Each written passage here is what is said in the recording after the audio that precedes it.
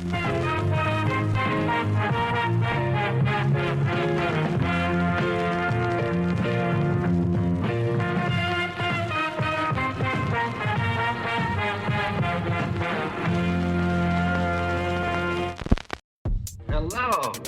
And Welcome to Film Bastards. I didn't hear you clap then. Oh, I did. I've got a big spike. Can we just try it again? Yeah, let's go 3, 2, 1. You got a spike? I got a spike, yeah? It's clapped. What mic are you using? I didn't hear it at all. Same one as I always use, yeah? I'll make sure the settings are on correct. Do another clap now.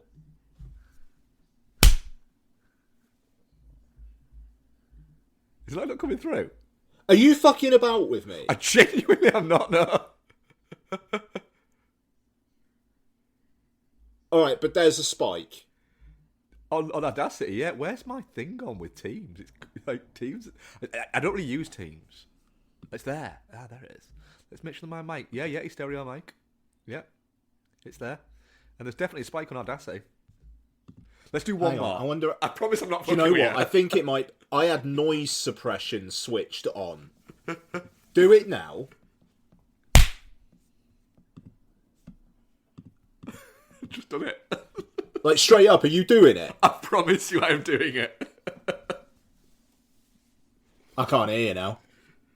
You can't hear me at all. What is going on with Teams?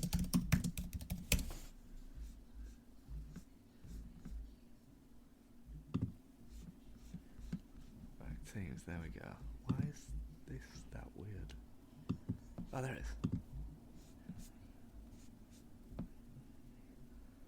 So you can't hear me now? Hello. Hello. You can hear Okay. me? You were just on mute then.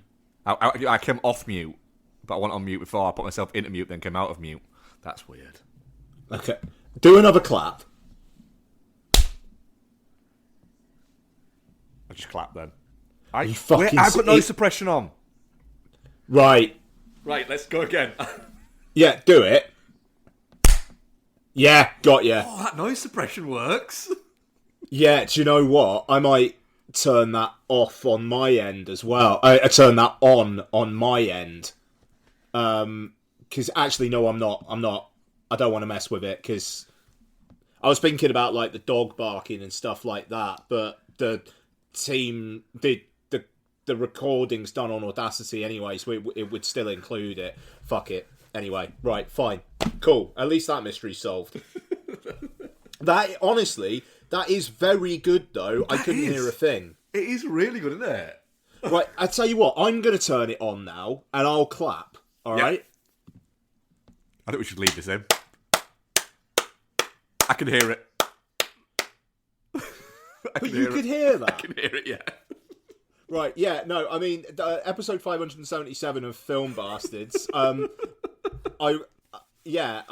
it's a cold open.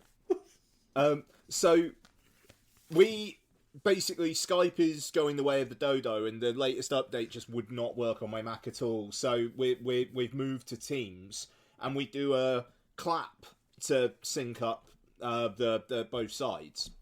And I couldn't hear Mark's clap, and he was like, well, the sound wave's going. I was like, I can't hear it. And he had noise suppression turned on Teams. Yeah. And I couldn't hear a thing. But I turned on noise suppression. He could hear me. It's wild, isn't it? Well, fitting with that theme, right? Becky's not here to defend herself, so I'm going to fucking go for it here a little bit. So, Becky is one of those people. Like, do you have little occasional things where when somebody says something, it bugs you? And it unnaturally bugs you, and you like for instance, I don't believe in the hiccups. I believe people can hiccup. More than one hiccup and just stopping yourself from hiccuping is just self-indulgence, and it's people trying to get attention. I do not believe in the hiccups. I don't believe they exist. You hiccup and you stop yourself hiccuping. If you continue to do it, then that's just you crying out for attention, and I can't be bothered with it. How do you stop yourself hiccuping? Wait, I just stop. There you go. I hiccup and I go, fucking hell, I don't like that. So I just don't hiccup anymore. So, that was an example of one of these things, right? When people say, I don't like headphones because they hurt my ears, I'm like, nah, you're fucking putting them in wrong. Because I have headphones in and have done since I was very young, and they don't. I think I'd agree with that. Well, yeah, I think I'd agree with that. Yeah, I don't. I think that's just people being whining, right? Becky's one of those people, and I say this actually to Becky, but it gets me a little bit angry. So Becky wanted some new headphones to have on holiday, and went from. So this started right. Fucking wild opening tangent. So this started from saying, look, just get some AirPods. Or, do you know what? I'll get some new AirPods. You have my old AirPods. Because she was like, I don't need expensive ones because I'm only using them really for holiday. Fucking rabbit hole completely went down and went from, I don't need expensive ones to, I want some over-the-head ones, but I want some good ones. Or, how does this noise cancellation thing work? I don't know. I don't have it on my headphones. Fucking down and down further at the rabbit hole, and she ended up with some very, very nice Marshall headphones that have noise cancellation and all these different settings and stuff like that you can put into on the app that it comes with and everything like that. So now she's got these. Other day she went out, she got them coming in a nice little case, and she came out and said, "Do you know what I did today?" I was watching. When I went around the supermarket, I just put on my headphones and I just listened to some music while I was walking around the supermarket. Yeah. It's amazing, isn't it? I don't know why everyone doesn't do it. I can't believe you're just basically discovering headphones at 41 years old. I've got to say though, the supermarket point's a good one because I wear my AirPods in the supermarket all the time. I don't want to fucking talk to anyone. Exactly. So I've got them on all the time, and I never ever see anyone else with headphones in. It's so weird, isn't it? I don't get it. If you're just wandering around the supermarket on your own, why aren't you wearing headphones? So I'll stick a podcast on. Yeah. Great. Now that's it. They go with her everywhere, and she fucking loves them. But it's the first time I said, "Can I just try them?" It's the first time I've ever used anything with noise cancellation in it, and so I put them on, and I was like. And she was talking to me from across the room, and I'm looking at her thinking, I can't hear you. I can't hear you at all. And then literally she flicked off on the app noise cancellation off, and midway through a sentence, and I was like, oh shit, I can hear you now. And wow. I am now absolutely insanely jealous of her amazing headphones. But I tell you what, the latest AirPod Pros, they've got this adaptive mode. I don't know how they do it, but it is the perfect blend of being making you aware of what's around you, but dampening it out. Yeah. Well, so it's wonderful. Sorry, go on. On her settings, she's managed to get it configured so that she can sit in the office and she can't hear the other people on the phone that are on phones and bits like that if she wants to just power through some paperwork. But if the phone rings, she can hear it. So if her phone rings on a desk, she can hear that, but she can't hear the person that's next to it because of the way that the settings work. That's kind of like this mode though as well. I think it's an adaptive setting. If I've got the full noise cancelling on, then it's straight up you can't hear shit around you, and I don't like that. I don't like that. But I want my AirPods to block out 90% of what's around me, and that's what the adaptive mode does. Yeah, it's wild, and also now the AirPods Pro 2 have been cleared as hearing aids. Yeah. So you can do hearing aid test on them, and that also just configures all of those kinds of settings to get you the best kind of adaptive or transparency modes that you can. They are fantastic little bits of kit, AirPods Pros. Oh yeah, Like, technology is amazing in general. I but like the other day, she put them on and she was using them when she was gaming. So when she was playing Silent Hill 2, I believe, that downloaded content thing that we spoke about last week. And I came downstairs, opened the door, and stood in the doorway looking at her, and just kind of like waving my arms, saying, "Dude," for a good like minute and a half. And she was just sat, and because Becky has no spatial awareness, she was like just sat playing the game, and I'm stood like literally 2 foot away from her, just watching, going, seriously. And in the end, I had to lean in front of the TV and sort of click a few times. Just like, I can't hear you clicking. What's up? Yeah. Yeah. So that, loads drop it there. Audio settings are mental now. Yep, they are. Becky isn't here. No. I'm Ian. He's Mark. Yep. That was a great opening. I love that. No, that was good. I enjoyed that. I need to put myself back on track. So, episode 577 of the Film Bastards.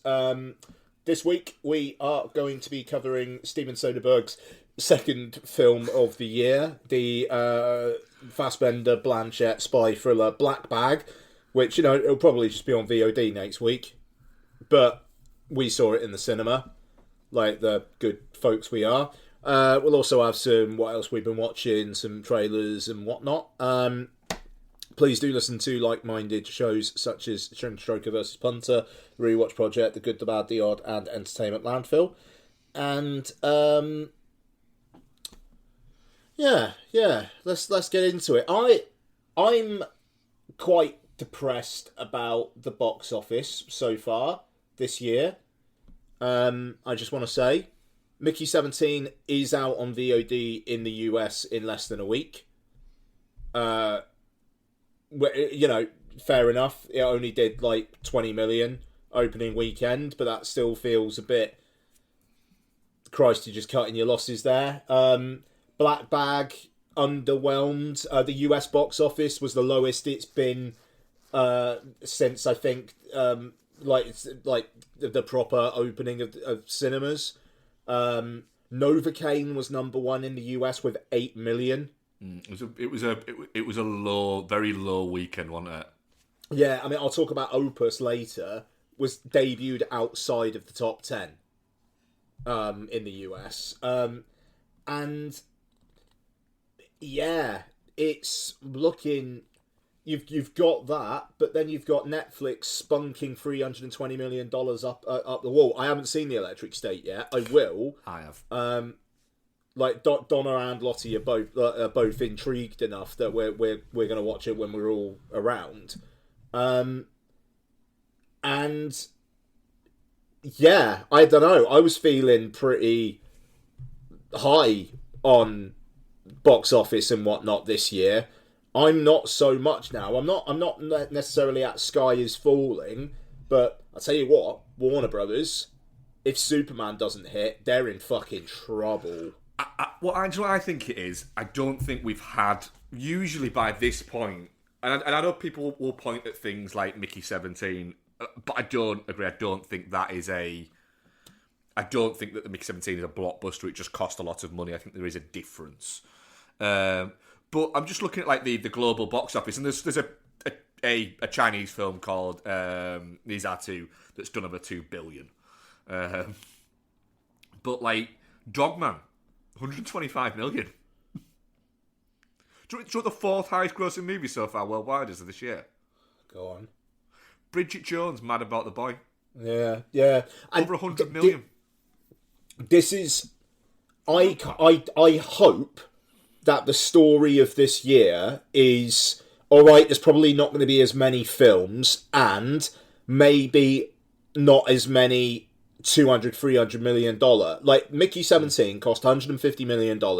They should never, ever have given Bong Joon-ho $150 million to make a film. I'm sorry, they shouldn't have. I get it's Robert Pattinson, and I get it's sci-fi, but like that is borderline irresponsible. But and the other bit there I'd say that about most directors, to be clear. But Robert Pattinson isn't going to I don't think Robert Pattinson gets in the numbers that people say. And I think that the way that you can prove that is his films...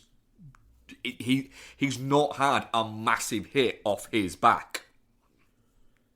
Well, I mean that's the thing. He did the Batman to basically kind of re-up his like his cred, and yeah, I mean, again, I mean we talked about it before, but you know the PTA film, $150 million budget. None of his films have ever actually made any money made money at the cinema, and I don't think just because it's got DiCaprio in. I don't think that thing's doing $400 million worldwide, and especially when apparently it's pretty politically provocative for the current administration. Which can go either way, can't it? It can either... I mean, it's not going to go either way. It's going to go... The trolls on the internet are going to be all over it. If it gets good reviews, it'll be, oh, that's the liberal left. And... that film is not going to do well. And hey, I said Oppenheimer wasn't going to do well, and look what happened with that. So I'm hoping, I pray to God I'm wrong. I think this could be the year where you have a lot of mid-budget movies do quite well. I think we might see that, the rise of the mid-budgeter. Also as well, I mean, like, The Monkey did 56 million. Flight Risk did 40 million. Is that domestic or worldwide? That's worldwide. Yeah, but I mean, yeah, I don't know. That's not great. Like, that's a bit like, okay, it goes to VOD and has the buzz of being a cinema release and whatnot, but it's not great. I think it's just there's also as well, there's the fact is that I think that the way that movies are making money is still going through a bit of a flux. Because you've had no one really knows how much streaming makes. Whereas you could put a tangible value, and I always go back to the A-Team thing that Joe Garnon said, was that the A-Team just about washed its face at the cinema, but made shitloads on DVD. But the DVD market and the home physical media market has dipped significantly there. You know, it's more your boutique titles that are making money now. So I don't think anyone really knows, like, how much does premium VOD actually fucking make? It could make fucking shitloads more than people think. And I've stopped buying 4K discs because they're so expensive. Like I've stopped. I can't, you know, I'm still between employments and whatnot as well. So obviously that doesn't help. But hopefully news on that in the next couple of weeks. Fingers crossed. Hopefully in the next couple of days. But there's a couple of things brewing. But 35, 40 quid, like £35 for cruising on 4K. I bought that and I returned it because I didn't even open it. I was like, I actually can't justify this to myself. It's that thing, but, isn't it? It's harder to justify. I think the 4K ones. I buy a few and I buy the occasional one there, but I wouldn't say I collect them. I just, like, if I see something for like 15 quid, I'll be like, fuck it, I'm gonna have that. But it's like it. But I wouldn't. I wouldn't. It'd really take something for me to go 40 quid. But in saying that, I bought a copy of Wu-Tang Clan Enter the 36 Chambers, a record that I already own on vinyl because it was a special edition yellow pressing of it, and I was like, I kind of want that album yellow, and it was £22, and I already own it, and I could, if I wanted to, I could Spotify it, but that didn't bother. I was fine with that.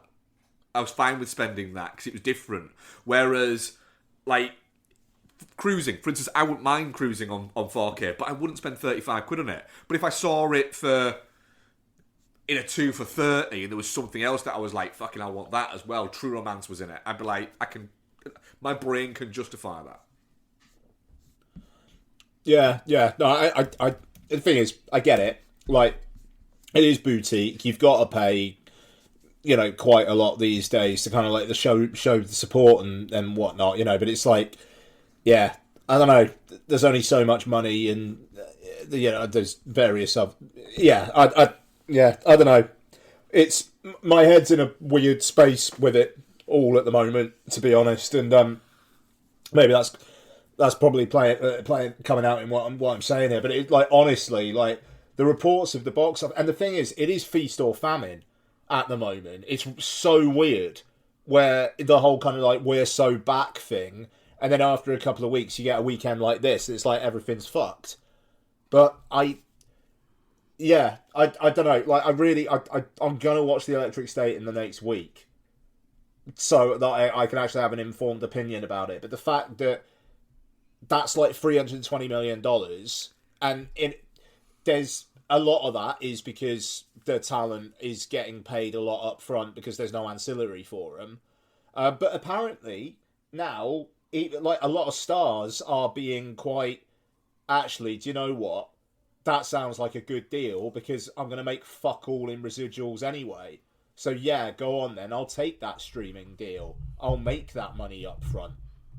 And it's to go out in the cinema. It's gonna be because you're a true believer. But then you've got Millie Bobby Brown, who has said herself, like, she's been quoted in interviews saying that, like, she can't really hold her attention in films all that much. And she is a Netflix star. She's been in fuck all non-Netflix. I think she was in one of the Godzilla films. And apart from that, it's been all Netflix. And fair play to her. They made her career. They're giving her all these films to headline. She's top billed in the Electric State. Not even co-top billing with Chris Pratt. She's top billed. And so...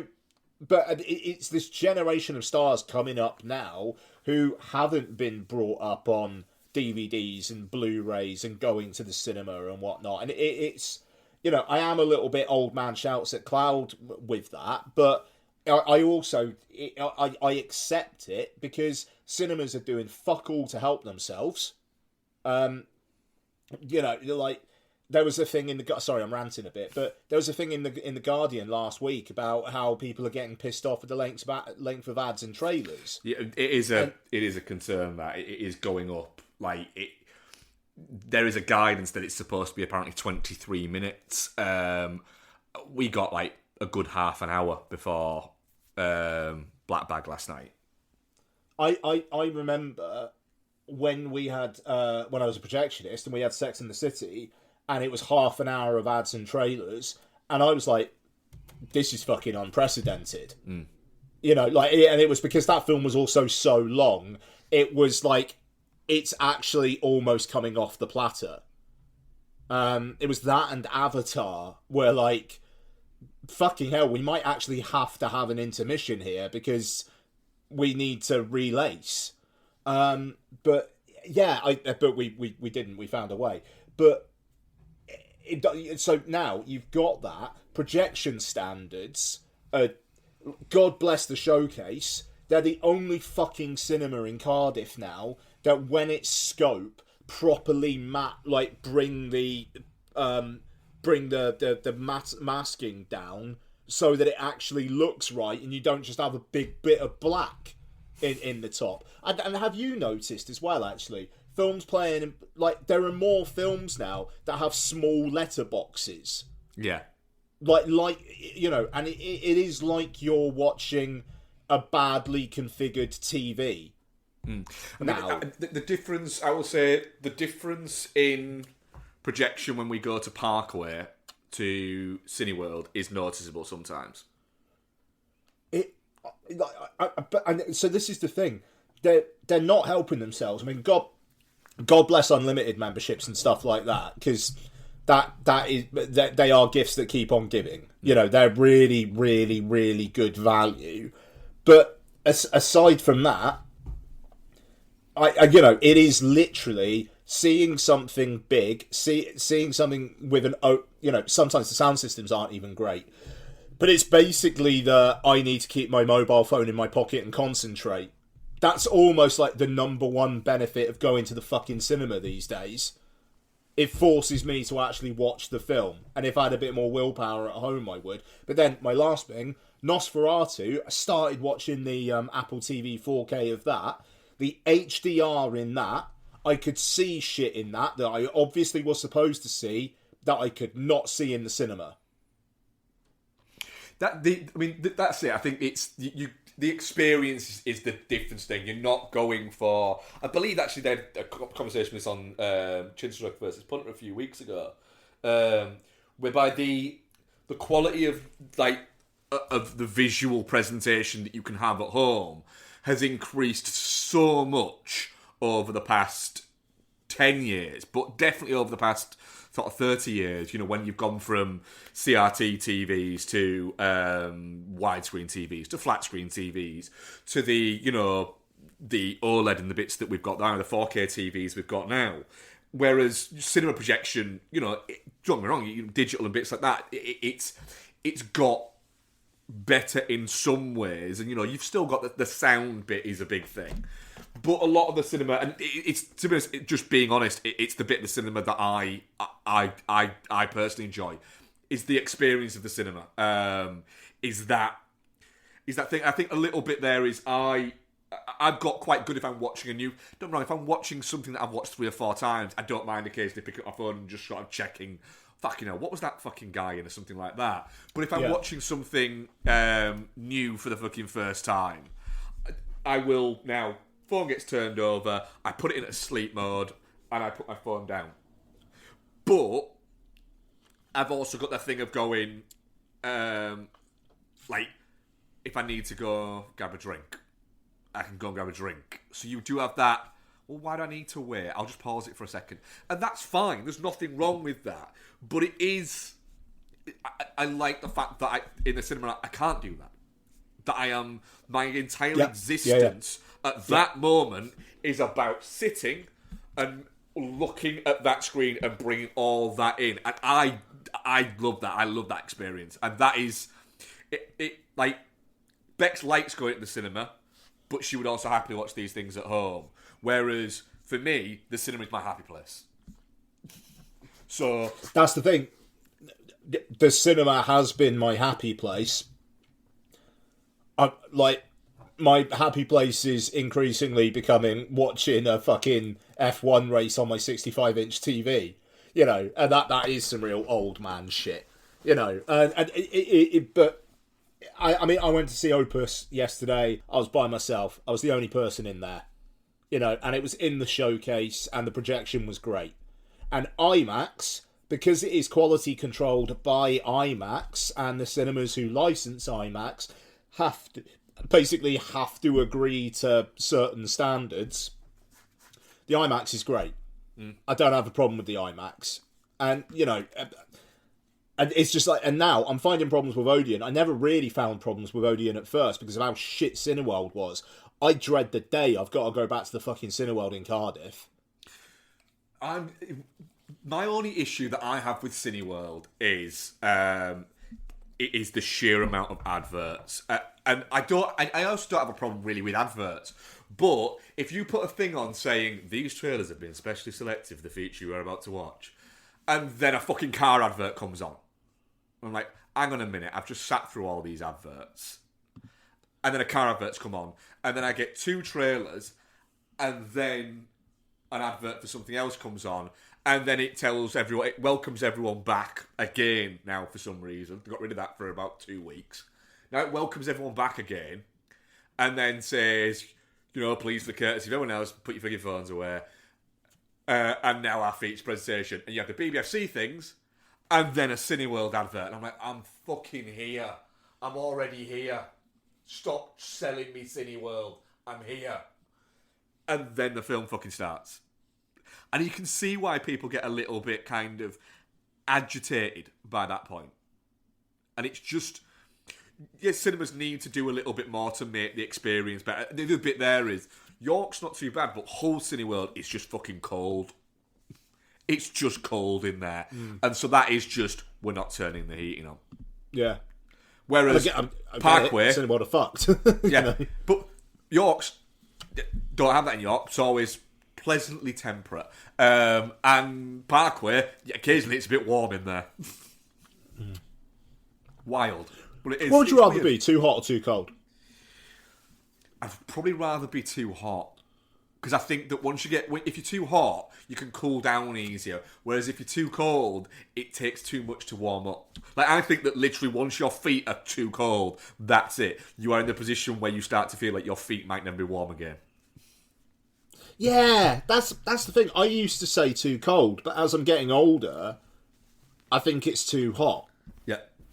You know, that like, I mean, I was speaking the other day. Actually, I'm kind of looking forward to like going out to the place in Spain in August, and it was like, who the fuck have I become?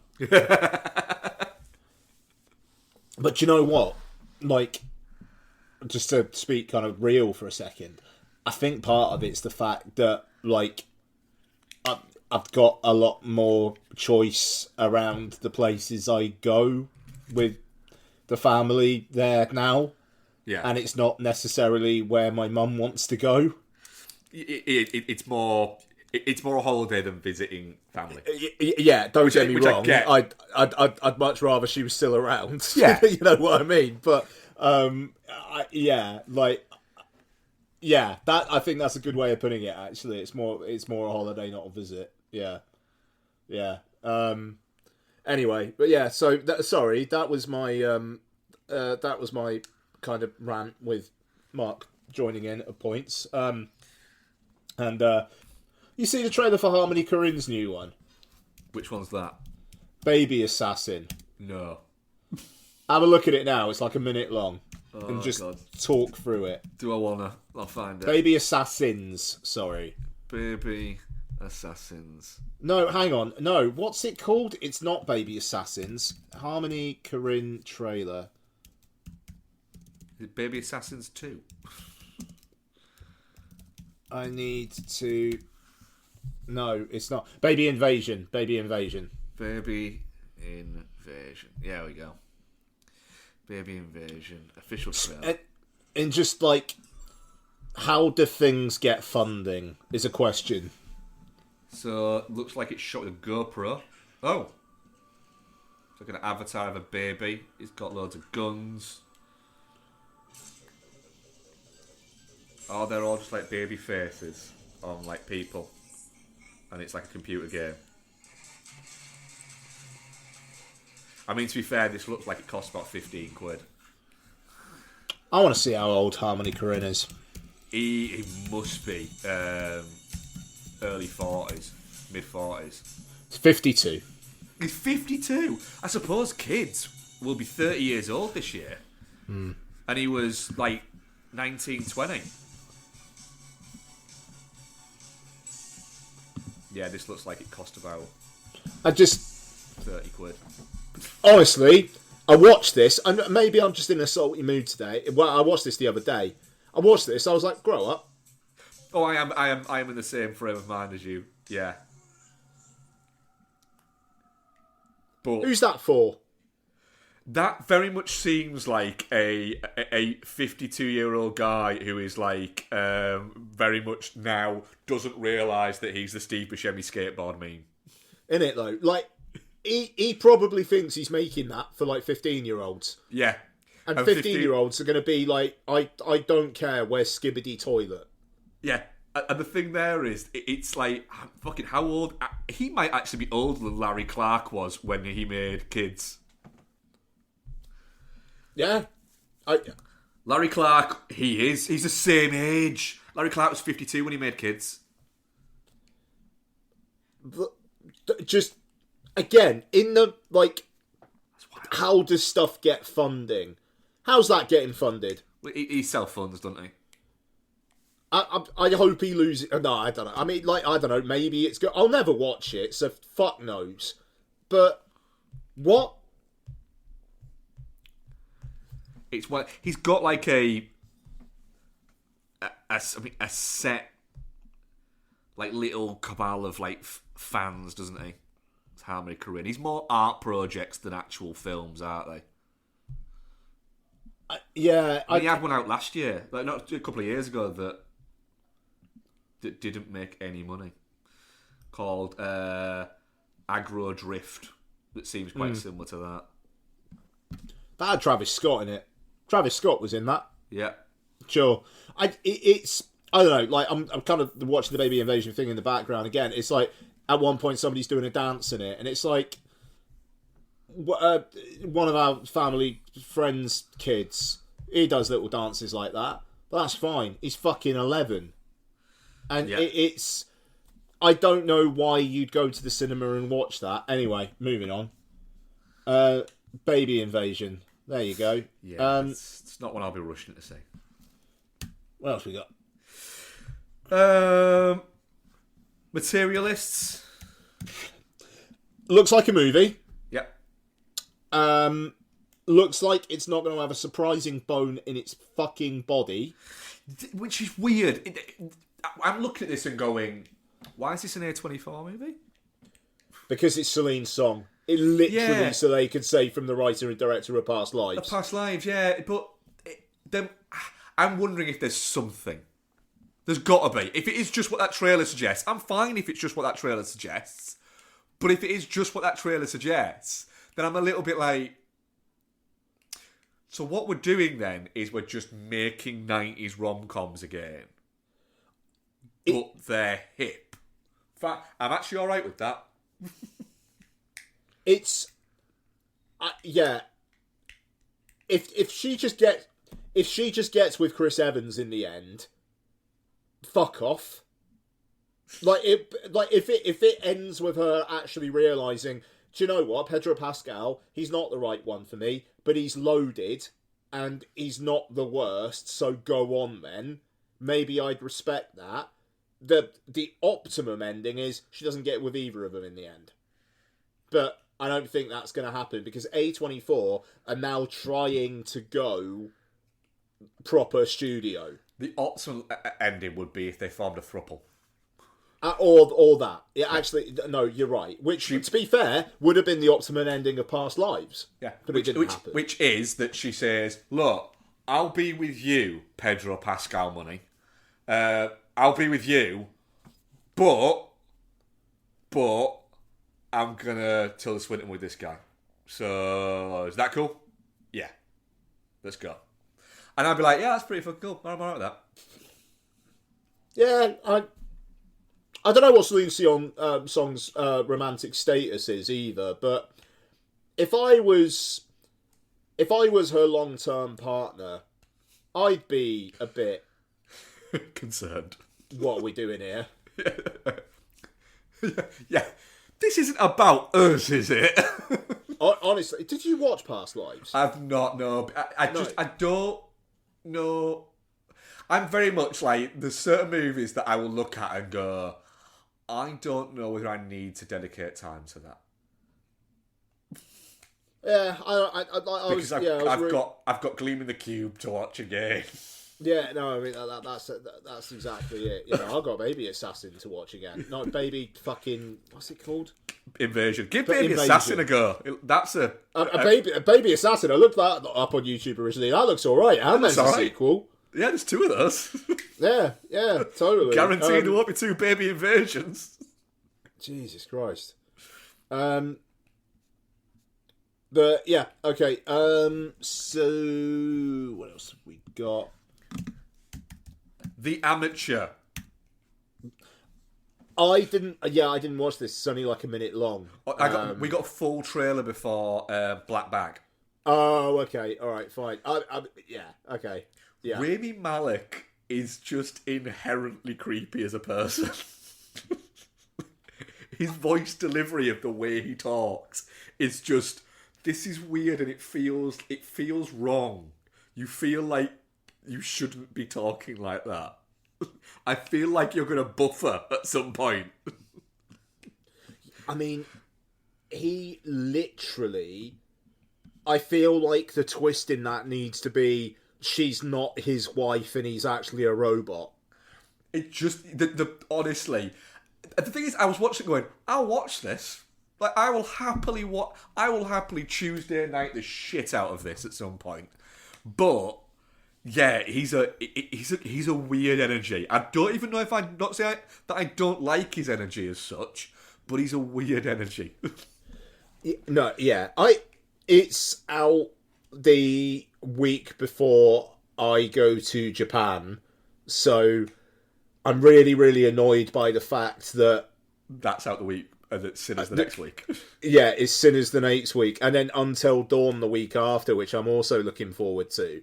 Yeah, I'm very likely not going to be reviewing either of those, but we'll be reviewing The Amateur. yeah. Great. Fair enough. Yeah. What else have we got? Life of Chuck teaser. Yeah, won the audience award at TIFF last year. People like it. I like the fact that, like the Stephen King thing, they go in, hey, it's the guy who did Shawshank and Green Mile. You know, it's not the guy who the did monkey. It. Yeah. Yeah, no, I'm up for this. I mean, there was barely anything to it, but yeah. Up for it. We'll save the biggie for a minute. Happy Gilmore. So I was going to say the biggie's not the new Joe Carnahan. The biggie's not the new Joe Carnahan. No. Were you going to talk about the new Joe Carnahan? Do we have to? It doesn't look great, does it? I mean, it doesn't look great. So this is Shadow Force. Yeah. Yeah. I mean, it's Lionsgate doing a Lionsgate action film. Yeah. What's Joe Carnahan doing other than he needed a paycheck? Don't think he even needs a paycheck that much. I think he just wanted to make a movie. I hope that's the case. I mean, Kerry Washington and Omar Sy and it might be really good. The trailer's not bad. It's just a bit like, okay. Do you know what it reminded me of? The feeling that I got off there. Do you remember like that? Was it like 7 Bridges or something like that? The Chadwick 21 Boseman. Bridges, the Chadwick Boseman. Yeah. That's the one where Sienna Miller does like 15 different accents in like one. But it's actually quite a good film. It's a solidly entertaining movie. But the trailer was just so fucking blah. That's what that was. But it might be a good film. I hope it is. Yeah.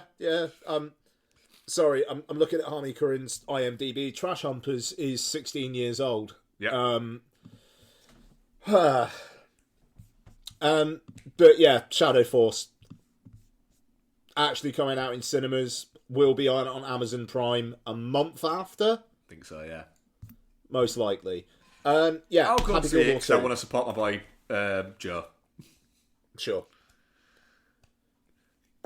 It's going up against Thunderbolts. Good luck to it. Fucking yeah. Well, that can fucking get in the bin, can't it? Piece of shit. Actually, I'm really looking forward to Thunderbolts. Yep, same. What can't get in the bin? Happy Gilmore 2. Yep. Yeah, just looks fun. Release it in cinemas. Just release it in fucking cinemas. You coward. Release it in cinemas. It would make a lot of money, but you're not going to. And fair enough, Netflix. I really, really hope the real life golfers are not in it that much. Yeah, because I don't like golfers. Hey, Rory McIlroy's having a very good year, and I'm very pleased for him. Yeah, he loves playing golf with Trump, doesn't he? That's the thing about golfers, man. Like, I get it. They like money and whatnot, but... And, Rory McIlroy had a good stand against Liv, which seems to be going slightly by the wayside. But, God, they all do like Trump. Even though so does Mercedes' George Russell, who in Drive to Survive sees Trump and says, I really want to meet him. Yeah. So, and unfortunately, George Russell did quite well this last weekend, and I was kind of hoping he might get dropped by Mercedes at the end of the year, and I don't think it's going to happen.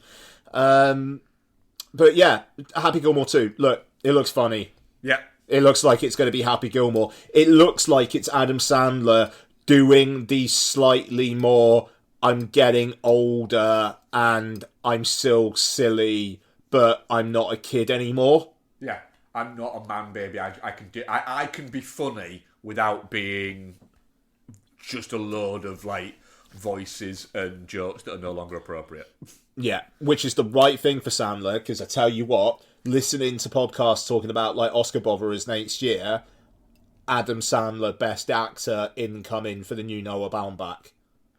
The thing is about Sandler is he's a good actor, and he's a funny screen presence, and I get it. But what I think I like about the fact that Happy Gilmore 2's there is nobody was asking for a Happy Gilmore 2, but not in like a nobody wanted it. It was just, I think he's decided, and it's not like he needed a hit or anything like that, because he's still got the Netflix contract, and Netflix keep extending this contract because literally constantly Netflix say, no matter what, since the day we launched Netflix into more than one region, there have been at least 2 Adam Sandler movies in our top 10 watched movies every single week. Yeah, I mean that's exactly it. Happy Gilmore, insanely rewatchable. Yeah. And yeah, I don't know. This looks like it's not going to be a retread. It looks like it's going to be silly. I like the slightly manic thing they seem to be doing with Shooter between the teaser and this. I will say it did bother me that Adam Sandler's reaction to Ben Stiller, where he's like, "Holy shit!" Like the Ben Stiller character, he's never mean to the grandma in front of Adam Sandler in Happy Gilmore. No. So they're going to need to address that, and that's what I've got to say about that. Right, Ian. Let's get to the biggie then. What? You're not just tickling my balls here, are you? No, I'm not tickling your balls there. Right. Okay. So, I was locked and loaded last Thursday night. Let me tell you, folks. It's the new F1 trailer, and we knew this anyway, but this solidified it. They're basically doing Maverick with cars. Yeah. Yeah, they are. Like, that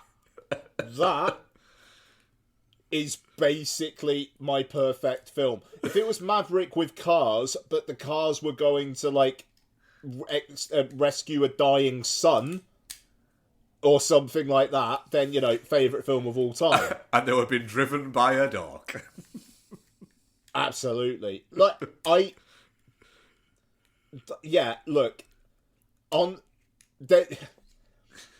it genuinely does bother me that they shot this using F2 cars and not F1 cars. And someone pointed out on Reddit that the engine noise is of an F2 car. And Lewis Hamilton is a producer on this film, and he needs to sort that shit out. Do you know what I would say to that person? Go on. Get a fucking life, you pathetic little weirdo. Mate, the thing is, the engine noises are a very big thing in the F1 community. They genuinely are.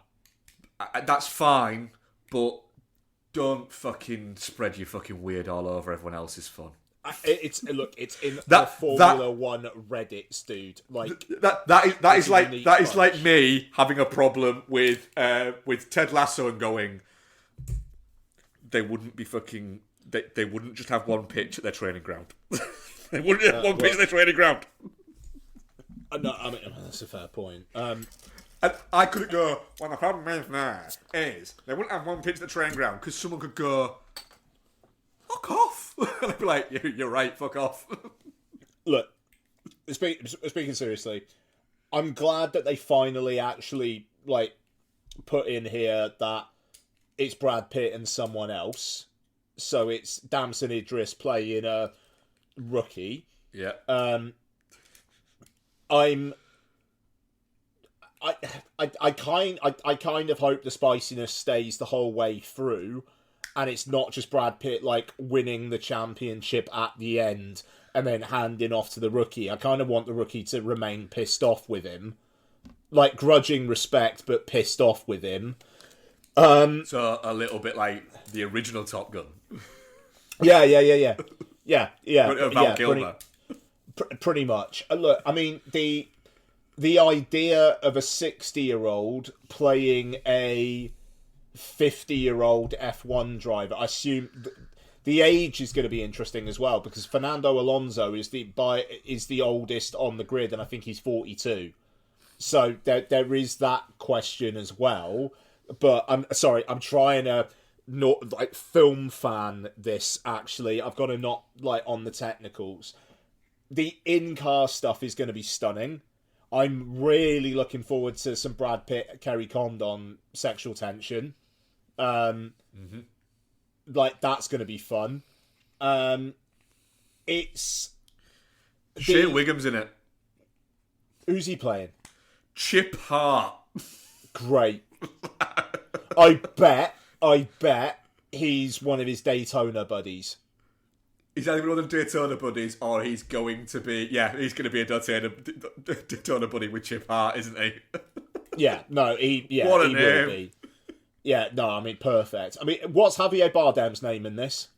Ruben Cervantes. Fucking perfection. Yeah. Ruben Cervantes, team principal of Apex GP. Yeah.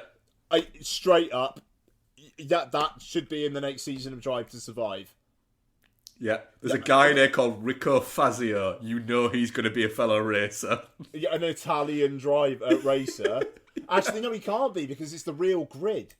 So, because that's the thing. It's like they're against the real drivers in this. Like, so it's like they did. Know that. Yeah, no, they did. They did some shooting. I think it was at the last Grand Prix last year, Abu Dhabi, where literally they did like a scene where Brad Pitt came first, and it was Charles Leclerc and I want to say George Russell were like second and third, and then they shot another one where like the order was mixed up to try and avoid spoilers and stuff. So it's literally like they did shooting at the British Grand Prix where Brad Pitt and Damson Idris are with them while the fucking national anthem's being played and stuff like that. So the other drivers in this, I don't think there's fictional drivers. It's literally the other drivers, but I don't think they're going to play a massive part in the film. But they'll have moments. But it's going to be so interesting to see. Obviously, it's called F1. The logo is the F1 logo. You know, like how deeply involved it's going to be. But then I do, they did in the trailer Javier Bardem saying that, like, I'm offering you an open seat in Formula One. It's the one seat in the world where if you win, you can say you're the very best. And that's, like, pretty big balls. Look at me, F1. We're the ones that if you win, you're the very best. I mean, Fernando Alonso has won 2 World Drivers' Championships. He was asked before the Grand Prix, what is your greatest achievement? He said, winning Le Mans. Ooh, spicy. So, yeah, which is spicy. It's kind of Fernando Alonso-y. Like, a few years back, there were rumours going around that he was dating Taylor Swift. And he literally just, like, there's no evidence he actually was. He played into that like a motherfucker. Dude just loves the bit. Whatever the bit is, he loves it. But yeah, like, so I'm really, really, really looking forward to this. And I know there's the potential that it's not going to be good. And I don't know how. I genuinely don't know how I separate myself, man. But with the people involved, I don't think that it's got good people behind it and the people that run F1. So there's going to be that level of that. But I get the feeling that Kaczynski will have gone, no, if you want me to make a movie, I need to be able to make the fucking movie. No, exactly. And I mean, like, he will have heft, and Jerry Bruckheimer's like, not known. Bruckheimer, will have been very much like, we'll make this movie F1, but you can be there to be consultants or anything like that. But in the same way as we're not going to design a course for you, you're not going to map out a movie for us. It's the fact it's literally called F1. You know, it is like if you did a football film and called it FIFA. Like, it's so... Even the FIFA film wasn't called FIFA. Yeah, exactly. United Nations? United Nations. Yeah. God, like, it's bad. Yeah, I mean, Ross said he was in a really bad way financially, didn't he? And he's, like, ashamed by it, basically. Like, yeah. I think his thing basically was, I had school fees to pay for children. That's right. Yeah. Look, it will be really, really... God knows what Becky's going to make of it. I think she's actually kind of like, I'm all right with it. Actually, I'm actually kind of looking forward to it. I kind of feel like maybe I need to do a separate podcast to deal with the nerdy stuff. I don't know. I will happily do a podcast. I will happily host a podcast where you talk about the nerdy stuff. Like, honestly, I don't. If they try to do like a race, but then it's actually there's bits of other tracks that they've put in there to heighten dramatic tension or something like that, it's gonna bother me like an itch I can't scratch. But honestly, I could tell you in that trailer, and in the first trailer, I could tell you every single fucking track. That's it, isn't it? You've kind of got to separate and go, but that's where using real drivers' names is a little bit like, well, no, if you're using real drivers' names, you've got to use real tracks. If you're using it false, you can get away with it when people say, oh, but that wasn't that track. You can go, in this world, it was, though. And it's as simple as that. Yeah. Whereas if you're saying, no, this is grounded in a level of reality, it's like, yeah, but that in there. I don't think they will. I don't think F1 would actually let them do that because they know that it would actually bother people too much, and you know that's going to have an effect on the internet. But look, it's coming out the same day as 28 Years Later. What a fucking banger day that will be. That's a tasty day. I might put the day off. Even though I want to say they're actually both coming out on the Wednesday. F1's out on the Wednesday, maybe 28 Years Later's out on the Friday. Is it one of those? Well, that's fair enough. But maybe. But you bet your fucking sweet ass the first IMAX showing I can get to. Like, they're doing the Monday before, the BFI IMAX in London is doing a fan screening, which I was thinking about getting tickets for, but I think maybe they're just going to do that at IMAXs generally. Yeah. But look, we'll see. And you know, I don't know. Just my last thing, Brad Pitt, like saying to that guy, you know, if I I'm paraphrasing. It's like, you know, if I end my life in that car, it was worth it. It was worth it, man. The man, it's like, that's what you're paying Brad Pitt for the big bucks for. Yeah. Yeah. You know, he's gonna bring that, you know, that line that Kerry Condon has. Like, people are saying Sonny Hayes isn't a has-been, he was a never was. Like, that's a great line. Slightly undercut by the fact that the trailer also makes it clear that he just won Daytona. Yeah. So, I mean, he's not a never was. You know, I've watched 2 Brad Pitt movies this week, and so I've had a lot of Brad Pitt in my face this week, and just the guy is just so fucking charismatic on screen. Yeah, it's what you pay the big bucks for. Yeah, you know, and if there was any 60-year-old you were going to believe could be an F1 driver, I think Brad Pitt's a good shout. Motherfucker don't look 60. No, exactly. You know, like, sure, Brad Pitt. I actually don't have a problem with that. Yeah. Fernando Alonso looks older than Brad Pitt. Easy. He does, yeah. I was surprised when you said he was 42, and I thought, that's the same age as me. I don't feel too bad now. Yeah, no, I mean, like, Honestly, the new F1 titles that came out this week, Fernando Alonso in that, he just looks tired. It's really funny. And then you got Lewis Hamilton, who's 40, doesn't have a fucking wrinkle. You know, and we'll keep on talking. I'm going to send you it, but it's so funny. But right, okay. Ashley, I'm going to send you this now, and then I'm going to go to the toilet. So, and we'll speed through things. I've only got 2 in my what we watched. I've got a few, but I've only got 2 that I actually want to talk about. Right, hang on. Look at you, the big winner.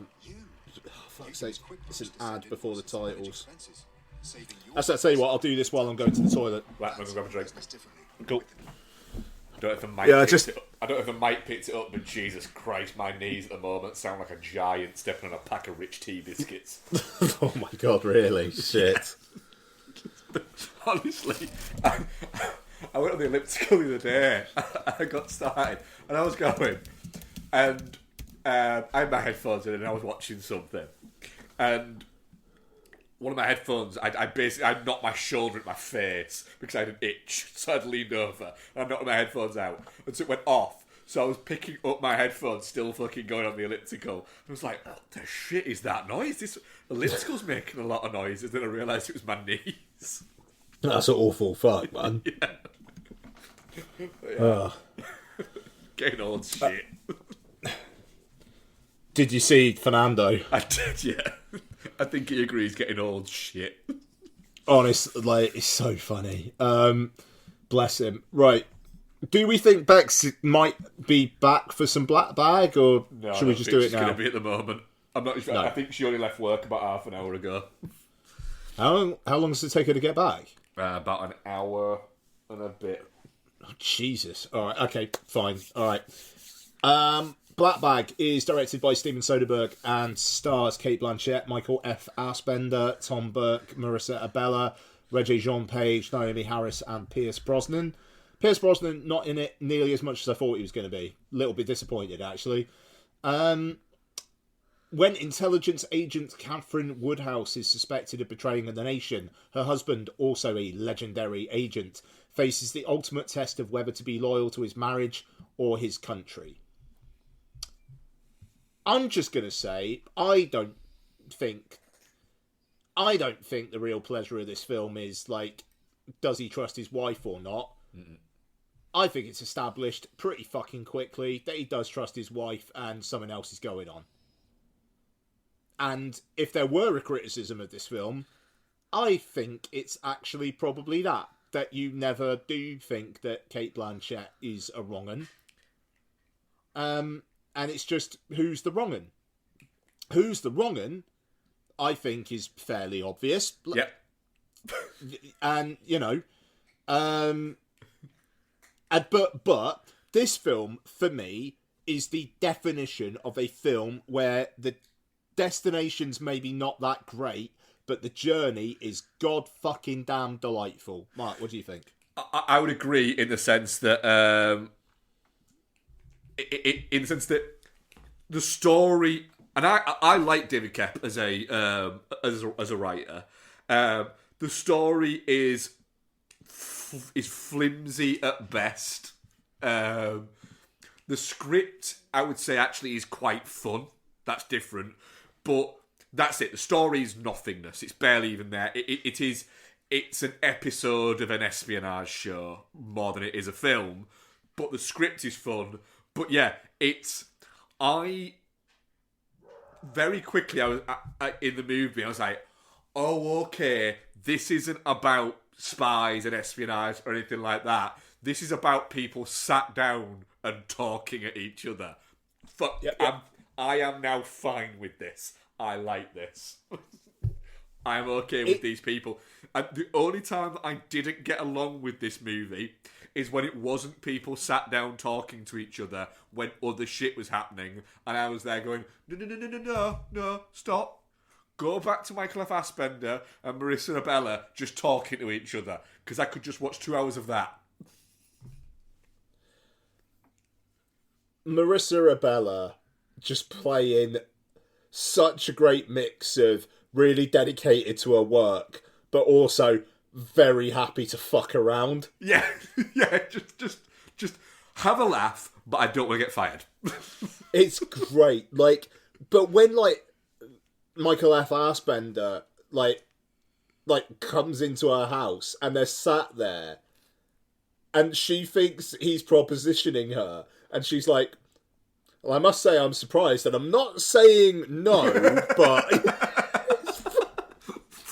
She's... honestly, I think this is the first thing I've properly seen her in, and she is a fucking delight. Mate, the thing is, she was Amy Winehouse in Back to Black. Yeah. So, this was some real... Oh, thank God. Yeah. Like, I can not associate you with Amy Winehouse because you're really fun in this. Yeah. And even though she sounds like how she acts Amy Winehouse as the entire time. But no, I mean, her and Tom Burke are such a great... What the fuck are those two doing together? But sure, couples where it's like that frisson of like the fact that she stabs him with that fork and he says that might be the least interesting thing you could have done. I think, is that the line? Yeah. But if it's not, it's something like that. It's fucking brilliant because it's almost like she did this 2 weeks ago. Yeah. You know? Yeah, like he's literally just taken the bandage off his leg from where she stabbed him. Yeah, it's like I could have watched the film with those two. Like I liked Fassbender and Blanchett here, but like honestly, those two I could have watched that all day. And you know, and Naomi Harris and Regé-Jean Page, they get a good scene in the psychiatrist's office, and you know that's all. You know, that's all right, but it hasn't got that kind of manic thing that Tom Burke and Marissa Abella have, like, about their whole deal. And I really, really, really locked into them. Like, I would not want to be within 1,000 feet of that relationship. And Fassbender's, like, reactions to them at times as well. It's great. But I thought this film was a good... It looked great. Score ruled. David Holmes does good scores, doesn't he? Like he gets... David Holmes is very much like he understands the assignment of what Soderbergh exactly wants.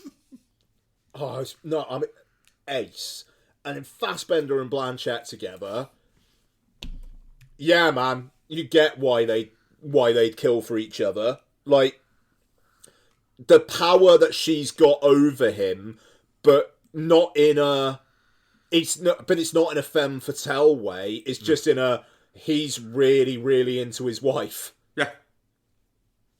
Cool. Yep. You know, that's great. That's not in films an awful lot. Yeah. Nice. And it's like, he's into her, but she's not... Like, because it hints around a little bit in that first bit in the first dinner scene that it's Tom Burke and Cate Blanchett are fucking. It very much wants you to think that's what it is, to the point where I was watching it going, well, it's obviously that they want us to think that, so it's not that because it's too obvious, and David Koepp is too smart for that. So there's that element there, but she's not a dick to him. She doesn't use the fact that he is clearly just very into his wife as some kind of like leave him dangling tool. She's really into her husband as well. Yeah, no, exactly. And you know, the whole movie ticket thing. I like the fact that Fassbender's already like. That's a bit sus. And because I thought that was clever. Like, in the cinema, she reacts to something. Like, it's like a horror film or something. Dark Windows, I think it was called. And she reacts to something scared. And I was like, yeah, she's not seen that. Yeah, she's not seen that. And that's it. He's like, oh. But the other bit there is, even sort of filmic knowledge that is there. When he finds the ticket in there, I was thinking straight away. I thought, no, there's no way she, knowing who he is, leaves that in there when she doesn't want it to be found. So either she wants it to be found or she hasn't put it there.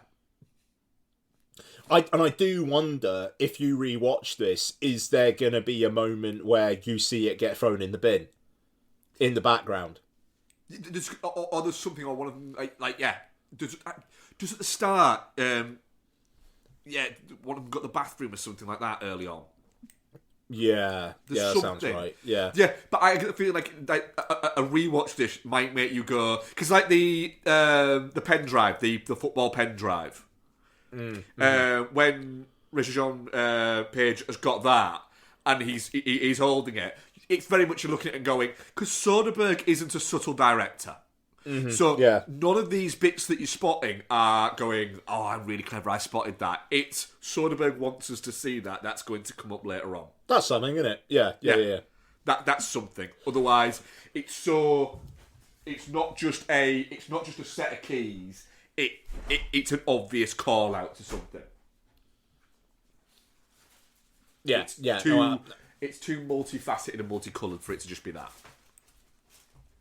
Yeah, absolutely. Oh, what's going on there? Cat. Ah, okay. Yeah, like it's the thing. I mean, again, if I was to criticise the film, that dinner table scene at the start for me is by far the scene of the film, and it's about 15 minutes in.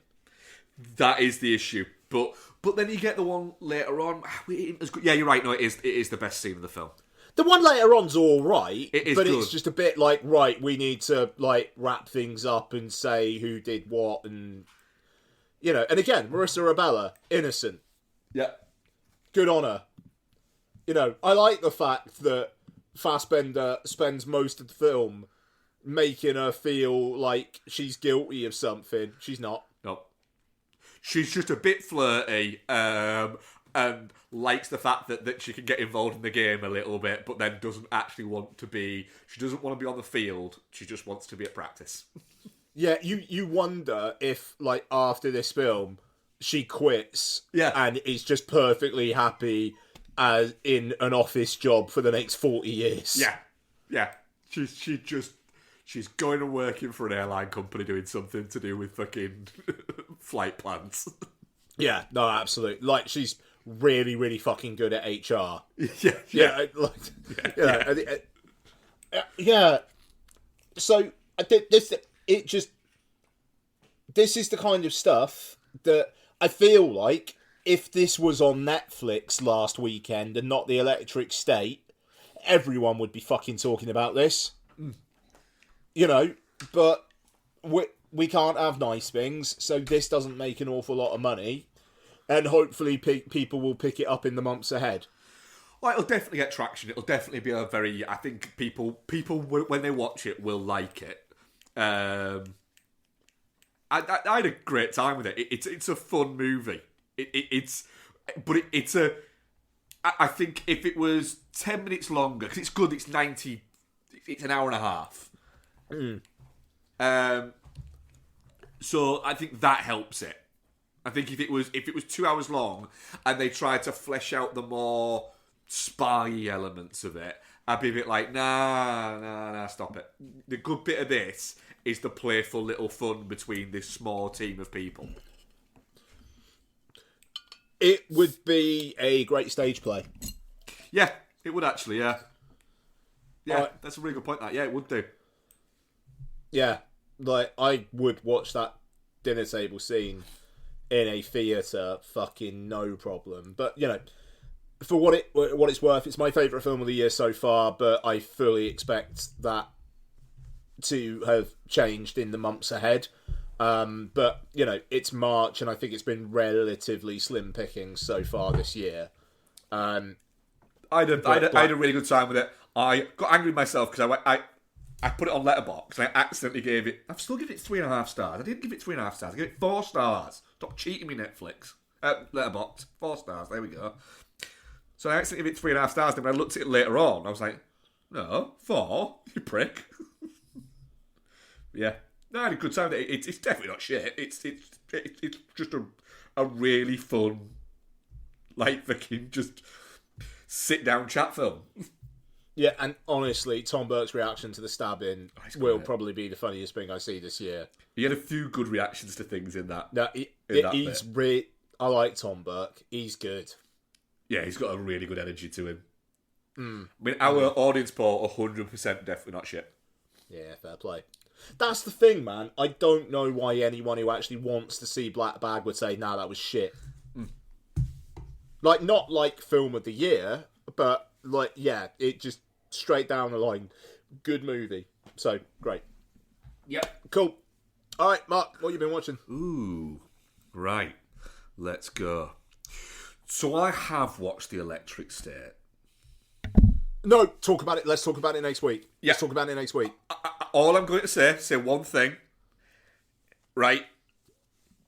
It is a tiny bit, I think, one of those movies that people are enjoying kicking that maybe doesn't quite deserve the kicking it's getting. Is what I'm going to say. Okay. I've just got to say, in the goofs section on IMDb of Black Bag, George is generally very punctilious, and appears to be an accomplished and precise chef. But when he chops garlic, his knife is not sharp enough to completely cut through the clove, something an excellent cook would not tolerate. Because he's not chopping the garlic to make it in that, he's Hasselbanking it so that when he roasts it, it goes out like that. That's what he's doing. It's completely intentional.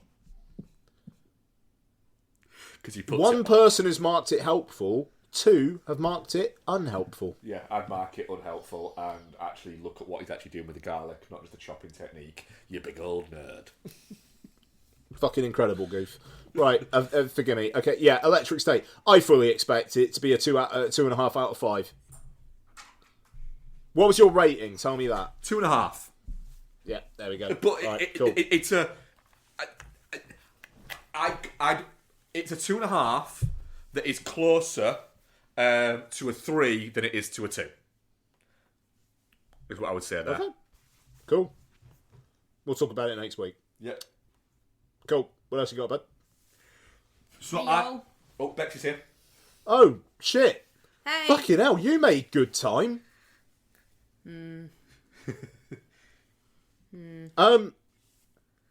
Well, what did you think of Black Bag, Bex?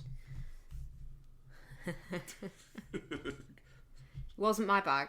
It wasn't your black bag, was it? It was not my black bag. And I don't want to piss in anyone's cornflakes, so that's all I'm going to say on the matter. Did you like Tom Burke saying that was the most uninteresting thing you could have done to being stabbed with a knife? Or a fork? Yeah.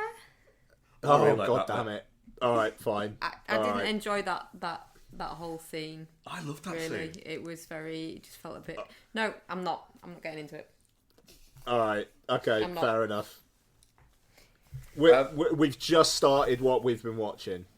Oh, And I want to hear about Resident Evil, so get ready. Okay. So I watched Igby Goes Down. I don't know why I watched Igby Goes Down, but I did. It's good, isn't it? It's fine.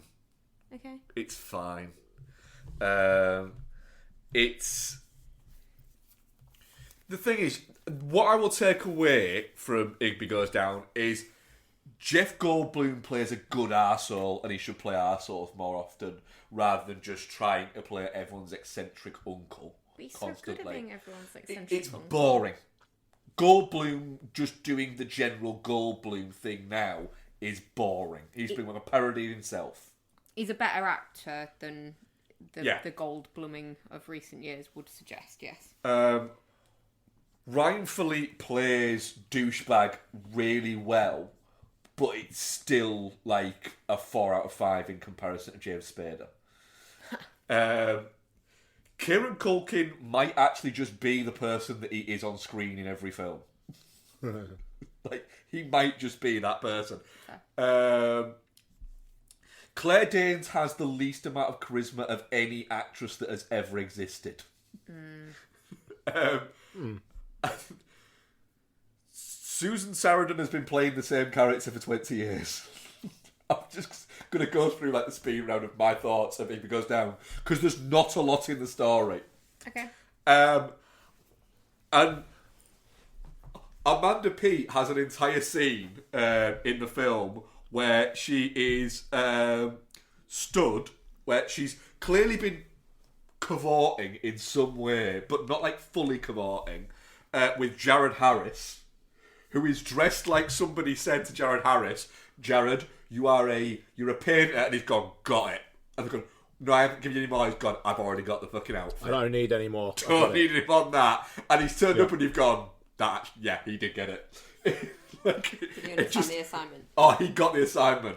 And he's wonderful in it. But Amanda Peet is wearing for no reason at all, he's just wearing a black leotard and a pair of black tights and heels, and that's it. And she's not a dancer, by the way. Oh, okay. But you're looking at it going, fuck, people are talking. I've completely zoned out because Amanda Peet's wearing that. Yeah. I like Amanda Peet, actually. It's impossible to not like Amanda Peet. Yeah. It goes down. It's... Bleh. Is it Amanda Peet that's in Identity? Yes. Yeah, she's really fucking good at that. I watched My Cousin Vinny Sure. again. Fair. That's a good movie. Because I saw a clip of My Cousin Vinny on something. And I just went... And I got like halfway through like the 3-minute clip. And my brain just went, why am I watching this clip when I could just be watching My Cousin Vinny right now? So I turned off the clip and came downstairs and watched My Cousin Vinny. Sure. It's great, is My Cousin Vinny. It's just an incredibly entertaining movie that ended up becoming a weird... And this is the thing. This was like an out-of-the-blue hit. Yeah. In like the early 90s. An out-of-the-blue hit, and it made 64 million. Which now is probably about 200 million. Yeah. But also as well, it's Marissa Tomei just being, she won an Academy Award for it. And for years, it was always kind of used as a little bit of a benchmark of, well, do you know what? Marissa Tomei won an Academy Award for My Cousin Vinny. So it was used as like a low bar benchmark. And I'm very much like, she's great in it. Can you all go back and watch this again? Yeah. Because she's fucking brilliant in it. She is. Also, another instalment in a... Used to have this on Laserdisc. Fairs. Yeah. I'll do this one next, because it then brings me into one that we watched together, which I think is the only movie we watched together this week. It's the only movie you've watched, but you played a lot of game. Yes. I cannot wait. Sorry. Right. I rewatched, in preparation for watching Black Bag, I rewatched Ocean's 11. Because I was feeling a little bit Soderbergh, but I was also feeling a bit Brad Pitt. Soderbergh in one hand and Brad Pitt in the other hand. You're milking something. Like I'm tickling Soderbergh's balls and I'm flicking Brad Pitt's tail. Okay. I feel like Brad Pitt, like nowadays Brad Pitt would probably enjoy that. I think he'd be fine. Yeah. He's kind of eccentric, isn't he? I think all fucking iterations of Brad Pitt would enjoy a little bit of tape flicking. Right. Ocean's 11 would be a perfect 5 out of 5 movie were it for 3 things. One of them is Julia Roberts, isn't it? One of them is... You hate that woman so much. I will get to the 3 things. One of them is at the start of the actual heist when they're doing it. Scott Caan's character and Casey Affleck's character at the very start of like the whole heist bit just leave their fake bell boy uniforms in the lift. And I'm like, nah, security would just get that and then it'd be a big hole. Something's fucking happening here because there's these fake uniforms in here. Yeah. And it would shut down the whole thing. And Soderbergh focuses on the fact that they've done that because they've got chains. And I'm like, nah, sorry, no. Could have just had him pushing him up through the hatch. Yeah, anything. That'd have been fine, right? That's number one that brings it down a little bit. Number two, it is Cheadle's accent. It is an abomination to hearing. I don't remember this very well. What accent is he doing? He's put on a British accent. He's put on a Cockney accent. And he keeps using Cockney rhyming slang. But none of it is actually Cockney rhyming slang. It's that part that is the worst. Yeah. Like, he uses one where he says something and they go, what? And then he explains it. And anybody who has ever lived in Britain has gone, yeah, that's not anything. That's not a thing. Oh, this is the same chap that did Black Bag. Yeah. So he is definitely one of those Americans that thinks that English people either speak Cockney or posh. A little bit. Or, hang on a sec, there is one northern girl in Black Bag and she doesn't speak posh. Because do you know why? Because she's northern. Because she's northern. Liked that bit. But anyway, Cheadle is bad in it. And then the third one is, if you're going to have a line, right, where you have one of the characters say, this is just the best part of my day, and it's watching a woman, right, walk down some stairs, right, and that is the entrance, you can't have it be Julia Roberts wearing a Hillary Clinton suit.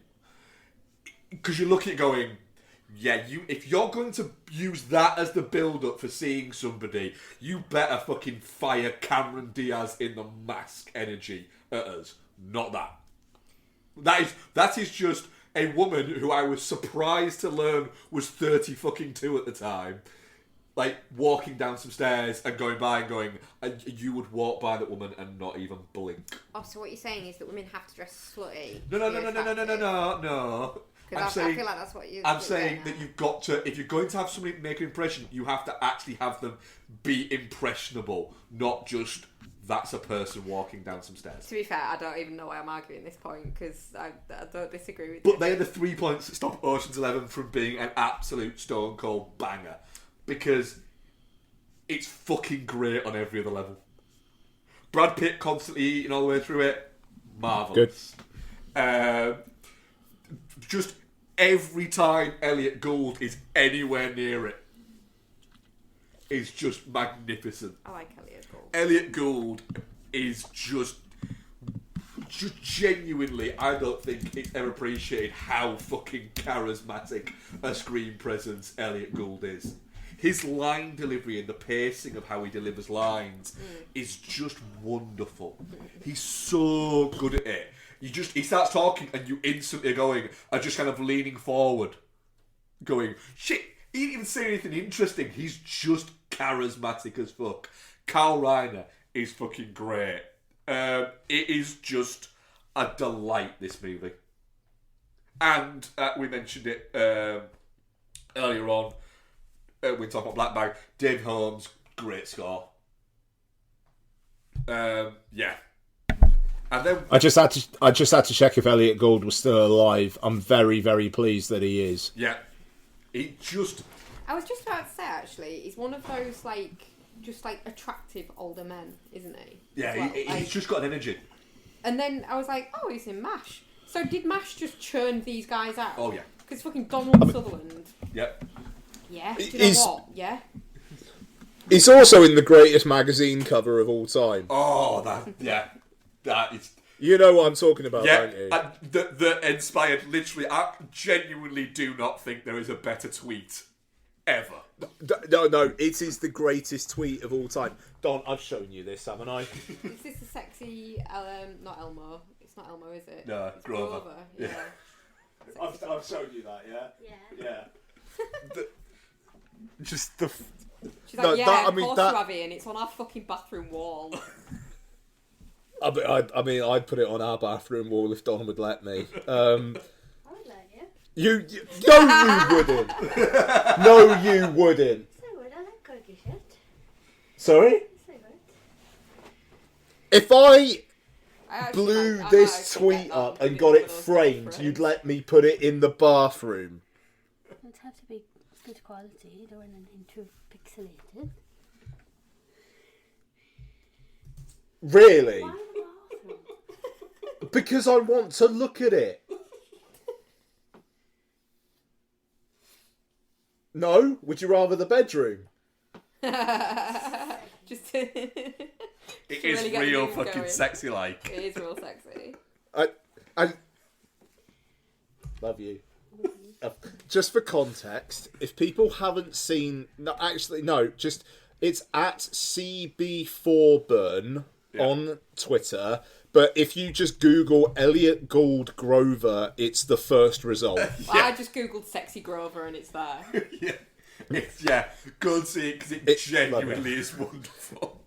It is the one of the funniest things I've ever seen. Yeah, and I remember Ian sent me it like well over a decade ago, and sent me it and said. I remember him sending me it and saying, I don't know why this is as funny as it is. But, yeah. It is the text that goes alongside it, though. Yeah, it is. But I have it saved as a picture on my phone, and occasionally I just look at it to cheer myself up. In fact, it's a TV guide It's- cover as well. Yeah. Love that. I wonder It's if I went to a Greek Grover. graphics place with that and said, could you print me this out poster size? Whether they'd think I was strange. I don't know. I don't think they would. I think we should try it. I mean, people just heard Donna say I can put it in the bathroom. Yeah.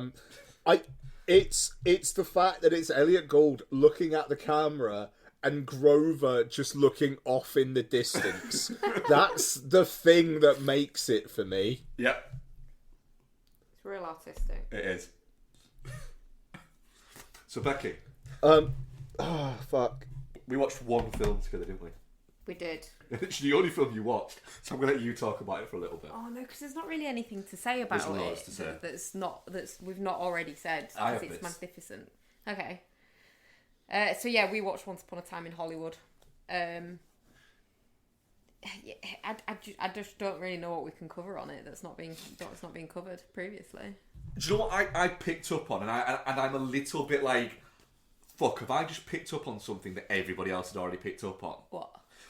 So the bit where he picks up Margaret Qualley, there, it's the first time I realised, because I'd always had a little bit of an issue with that bit of. It felt a little bit like, yeah, but it's this guy who's clearly supposed to be in his like late 40s, early 50s, picking up a quite young girl. It feels a little bit icky. And I know it was the 60s, but you know, still icky then. But then I was like, yeah, fuck. And maybe I'm just re-remembering it. He has no interest actually in the girl other than a little bit of mild fucking flirting. He wants to go at the ranch to see what the fuck is going on. We doesn't even know about the ranch at that point. No, he doesn't. No, she does say about the car. Before she gets in the car, he finds out about the ranch. Yeah, but when he stops. He stops, yeah, because it's a little like flirting. Yeah, but I don't. It's never read that way to me. Like, it reads to me as he keeps seeing her and he's just really fucking intrigued. Yeah. Like, the fact that she keeps crossing his path. Like, it's Before they talk, yeah, it's that. And then as soon as there's something up at the ranch, it's... Yeah, that clicked with me better I this need time. to check everything's all right. Yeah, and then from the minute he finds out that, he's got basically no interest in her. Yeah. Other than just finding out what's going on. Yeah, that's never read creepy to me. I see, I'd always to me, but it didn't this time. And I like that now, that it didn't on this one. And then it's just glorious Oh, it really is, yeah. from there. It's Yeah. just so good. Thing is, I said to you when we were watching it, like, I can see why people maybe had a bit of an issue with the revisionism of it. With the Bruce Lee thing, that is a bit, come on, maybe don't shit on a legend. And with the Sharon Tate of it all, and obviously what actually happened, it maybe feels a little bit like capitalising on something horrific that happened. But like, if you want to have that included in the story, you can't have her as an anonymous starlet. Yeah. Because people would be like, yeah, but that's just Sharon Tate. Yeah. So you might as well just. If So you might as well just own it. Might as well just go there. Yeah. And it's not. It doesn't treat her badly. It doesn't make her out to be a dickhead or anything like that. It's just, oh my god, wouldn't it be so much better if this had been what happened? Which, yeah, it fucking would. I do also really enjoy, every time I watch it and then I forget about it, I do enjoy the fact that the Sharon Tate footage is Sharon Tate. They've not like re-recorded it with Margot Robbie or... And I like that. That feels more respectful. I do enjoy Oscar winner Mikey Madison's first performance as someone getting set on fire. That whole scene is beautiful to watch. Absolutely fucking beautiful to watch. The gloriousness of what was your name? I'm the devil. I come to devil business. No, it was dumber than that. I like you were on a horsey. You were on a horsey, yeah. But it's the fact that Pitt, again, his line delivery is great. The fact that he asks and says, like, after everything that's going on, he's like, "Can I just check? You are real, aren't you?" Yeah. But there's no context given to it. Yeah. I think it's also like, because obviously Mikey Madison, when she was in this, was just a girl. Yeah. Now she's Mikey Madison, Oscar winner. Like, so you watch her performance a little bit more closely, and like that bit in that little sort of, not monologue-y bit, because it's not really long enough for that to be that, but that bit that she does about like violence. Yeah, the violence thing, and they brought us up on violence and blah blah. Yeah. That little speech she does there is actually really fucking well delivered. Oh, yeah. And she does crazy voice really fucking well. Breaking news. Darren Aronofsky is directing a remake of Cujo for Netflix. Oh, I saw this, yeah. Darren Aronofsky's doing the remake of Cujo. Yeah, have you seen it's written by the guy that did that fucking awful Salem's Lot? So Darren Aronofsky is doing a remake of Cujo for Netflix, and he's not written it. Darren Aronofsky it literally has payments that he needs to make for things. What the fuck? Right. Darren Aronofsky has a film with Austin Butler coming out like this year, Caught Stealing. Yeah. If he is now attaching himself to the Netflix remake of Cujo, I have to wonder how good Caught Stealing is. Yeah. And I want it to be good. I want it to be good, but what the fuck? It just seems a little bit like Darren Aronofsky kind of has gone, kind of do with some money. Oh, do you know what? Maybe I'm imagining that. Maybe it's not the guy that was doing Salem's I thought it was Lot. written by the guy who was doing. No, apparently... Oh, no, hang on, the remake of Cujo's just not on IMDb yet. No, there is no writer yet, but he's going to be meeting with candidates soon. Candidates. Do you know what? Sorry, I'm so sorry to interrupt, but I had to do that. Darren Aronofsky's doing a remake of Cujo. Do you know what, Sure. though? At least it's more interesting than some just fucking random jobber that directed a fucking Chapel Rome video. No, But I tell you- my issue here, Go on. though, is there is plenty of shit Stephen King adaptations that have been done. Do them. Don't do the ones that were good. Cujo with Dee Wallace is good. My only complaint with it is the kid doesn't fucking die. Oh, Aronofsky. No, Aronofsky. Well, no, he does kill kids and he doesn't kill kids. He chickened out of it in Noah and then made up for it in Mother. But that's my only complaint about the Cujo adaptation. There is no reason to be remaking it. Remake some of the shit ones. Remake the fucking remake of Firestarter, because that was fucking shit. The Drew Barrymore one, fine. The fucking what's he called? The guy that you Efron. like with the abs. Efron is fucking awful. Well, go fuck yourself. I mean, Caught Stealing's got to be bad, surely. I'm sorry, but a remake of Cujo for Netflix. It's gonna be real bad. It might actually be interesting though. I doubt it.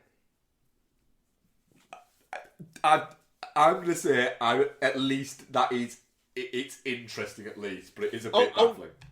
I'll never watch it because the dog's gonna die at the end, and I like no, like that's all. Have you ever read Cujo, Ian? I know, and I never will. I genuinely, the idea of I don't get on with the idea of dogs being dickheads. No. Like, in the book, he's not a dickhead. It's really, really genuinely fucking heartbreaking because you get Cujo's inner monologue and he's really confused as to what's happening to him. Oh, no, you see, I know, there's zero chance. You made that worse. I know, it is worse. It is really, really sad. No, but he's not bad. Becky, I genuinely did not want to know that. Sorry, I honestly wish I could rewind the last 30 seconds of my life. He's just a That dickhead, sounds Ian. horrible. He's just a dickhead. That sounds horrible. Cujo, the book, has the inner monologue of Cujo just being confused by what's going on, and then I assume in the book is killed in the end, and it's just like, I'm a dog, dude. You know? Because that's the thing about Kiki, right? She looks like a bellend. Mark, you'll meet her in a few months. Like, the first 5-10 minutes, you'll be, what the fuck? And then after that, she will love you forever, even if she never sees you again. You know, and that's Kiki. Like, so I constantly have to think that dog is just weirded out and scared, and you know, so sorry, that's touched a nerve. That sounds horrible. The book's really upsetting. Stop talking about it then. Start talking about Brad Pitt's abs in Once Upon a Time in Hollywood. That's just cinema for the ages. That's cinema is on the roof. Tis a thirst That's trap. good. Oh, that was calming. Yeah, it is. It's almost like at some point he took his shirt off and the world stopped and Tarantino went, "We've got to put this in the film." Yeah. Wonderful line as well. The fucking Bruce Lee of my hands are registered weapons. If I get in a fight and I kill you, I go to jail. Everyone goes to jail if they get killed in a fight. It's called manslaughter. It's just such a wonderful Tarantino-y line that is there. Side note, the word manslaughter has been ruined for me because someone on some form of social media was like, what word were you getting wrong until you were told otherwise? And somebody said they used to think manslaughter was said as man's laughter, and now it's ruined it for me. Every time anyone says manslaughter, my brain just goes, man's laughter. Yeah, no, that won't do it for me. Um, Go on, Bex, because I mean we've talked about that. What else have you been up to? Okay, so... Oh, very quickly though, we also have watched the entire first season of Ted Lasso, haven't we? Yeah, we have, yeah. And I do think that us starting to rewatch it just made the universe go, oh fuck, announce that fourth season. Yeah. Yes, it's on us. It is. So you're welcome. If it's shit, we're If sorry. it's shit, it's Jason Sudeikis' fault. Not Yeah. ours. That's going to be a fucking high wire act, that. It Fourth is. season of Ted Lasso, most if not all of the footballers not in it. Because they're... and you got to do a new cast, and it's women's football in a time where if you're not a man, preferably white, then culture doesn't like you. I don't know, women's football's having a bit of a moment. I'm just talking about fucking... You know, this is an Apple TV production. You know, the minute fucking Trump and co hear about it, it's going to be DEI all over the place. I'm looking forward to it. I am. Like, it's... The reaction to it is going to be insufferable. I think it's a good idea. I think it's done things that are potentially, like, unpopular over its time. Mental health and strong men being vulnerable is a touch button, like, issue. Did that. Like, didn't one of the footballers come out? Yeah. At some point? That's a sensitive issue. Keely being bi that's a sensitive issue. It's done stuff Weird things like, that are apparently sensitive issues, aren't they? yeah, but it's not ever really shied away from stuff like that, and that's like season 3 is a bit ropey in comparison to 1 and 2. It just is, and I blame a lot of that on them breaking Roy and Keeley up. So they need to get them back. We'll get together. there in our rewatch. Yeah, we will. Yeah. So what else you been up to? So I mean, really, we'll loop back round to Shadows of Rose. So Ian, did you see anything that kind of came out of the Silent Hill transmission? Did you see the Silent Hill F trailer? Oh fuck! I meant to send that to you. Yes, I did. You did as well. No, thank you. But what did you think? It looks. Her fucking face coming off at the end. My word. Oh well, yeah. In the initial like. Because you watched the live streaming, didn't you? Yeah. Yeah, I did. Oh, okay. Yeah. It was great. Very exciting. I very much enjoyed the fact that the guys just were like, oh, and now we're in a new location. Because it was just locations from the game was the backdrop, and it was very, very good. The guy that is making it, that like wrote it has got like horror game chops. It looks very, very, very Fatal Frame, which... Please don't put your hat over the top of your headphones, you weirdo. You look like a big weird head man. Fatal Frame's fucking sick and terrifying, and this looks like that. Like the fact that it's set in Japan. I know there's a lot of like hand wringing going on of like, but it's not set in Silent Hill.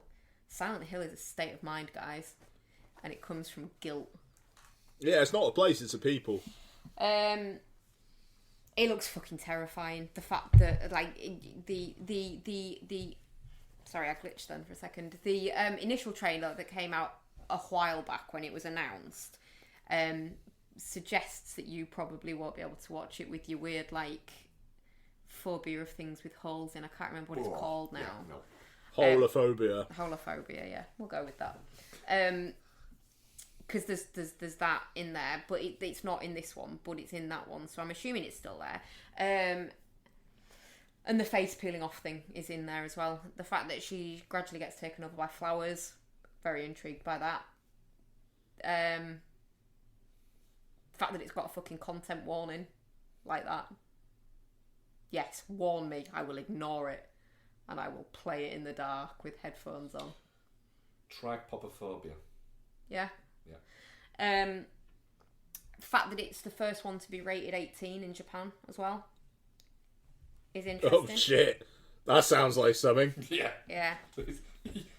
You gotta be fucking wild to fucking get a fucking 18 Bex, over there.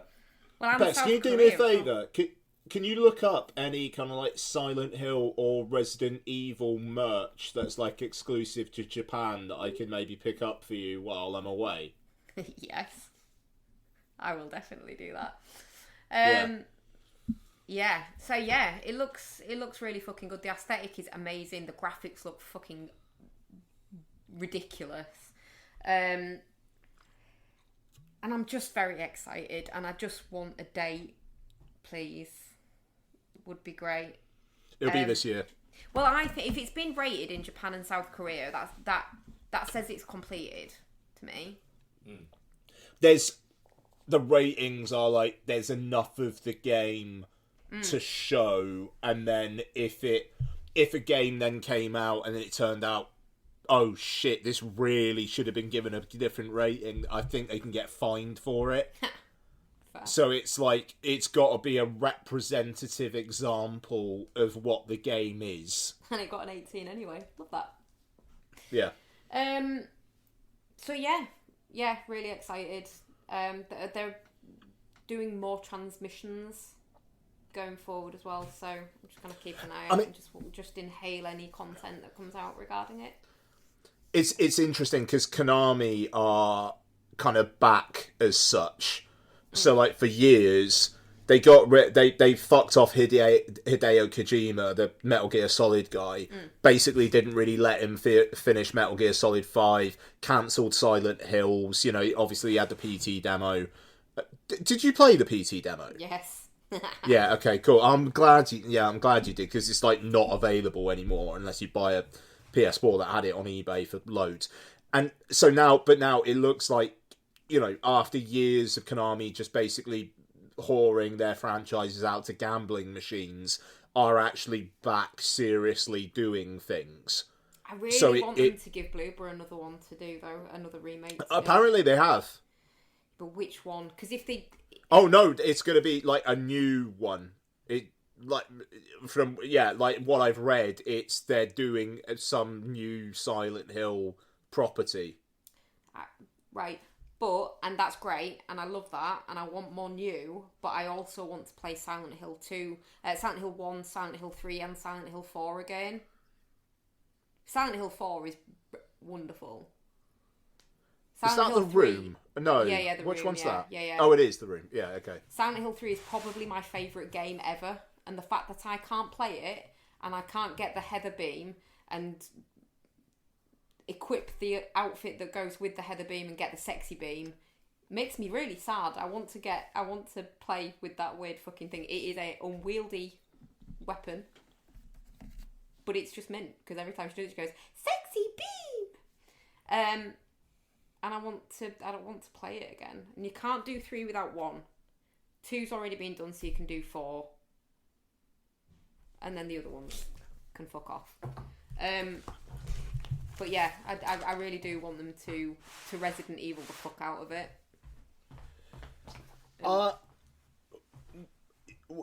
You can get I don't, and maybe we'll talk offline. There's ways of playing Silent Hill 3.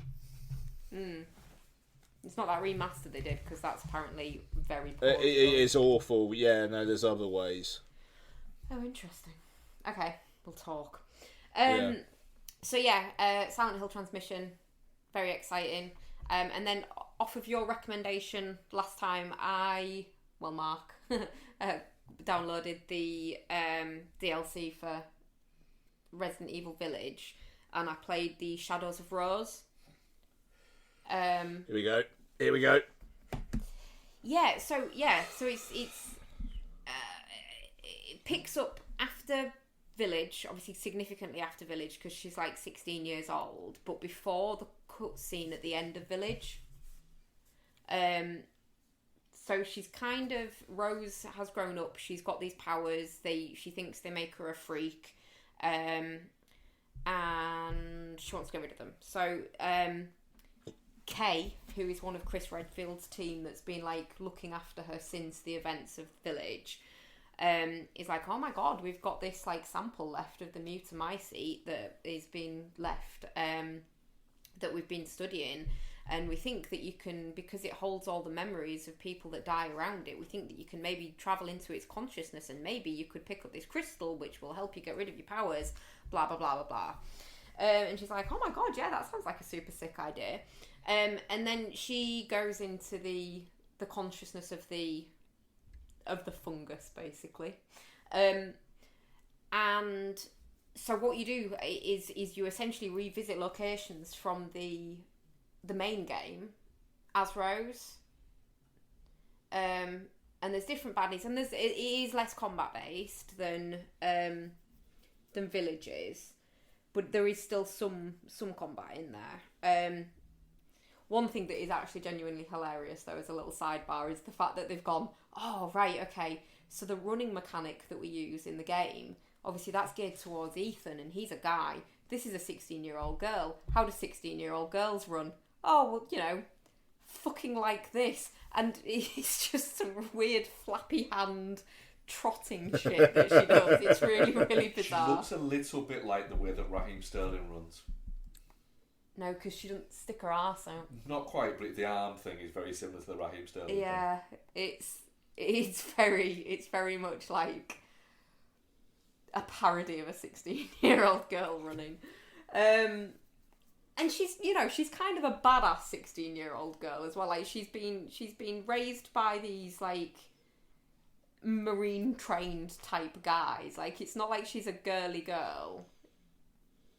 But then she definitely runs like one. So the the trader guy that you buy stuff off in Resident Evil Village. He's there, but he's been warped by Mother Miranda, and he's just a bad dickhead, so he's trying to kill her. You don't... So the first location is Castle Dimitrescu, which is the giant vampire lady's castle. But she's not there, and neither are any of her vampire daughters, so, like, it's just him. In a weird spooky mask, and loads of like monstery things that are trying to kill you. And you've got to... It's very puzzle based in comparison to like the main game. And then and you're trying to get the crystal, and then you get the crystal off him, and it's, god damn it, it's a fake.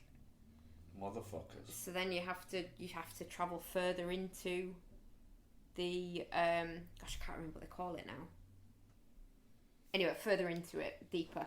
And then you go to Donna's house. So Donna is the doll maker in the game, the main game. And so there's dolls everywhere. So this is legitimately fucking scarier than anything in the main game. And it is the scariest part of the DLC. And there's dolls everywhere. You have to do an operation on a teddy bear. No, not a teddy bear, a teddy monkey?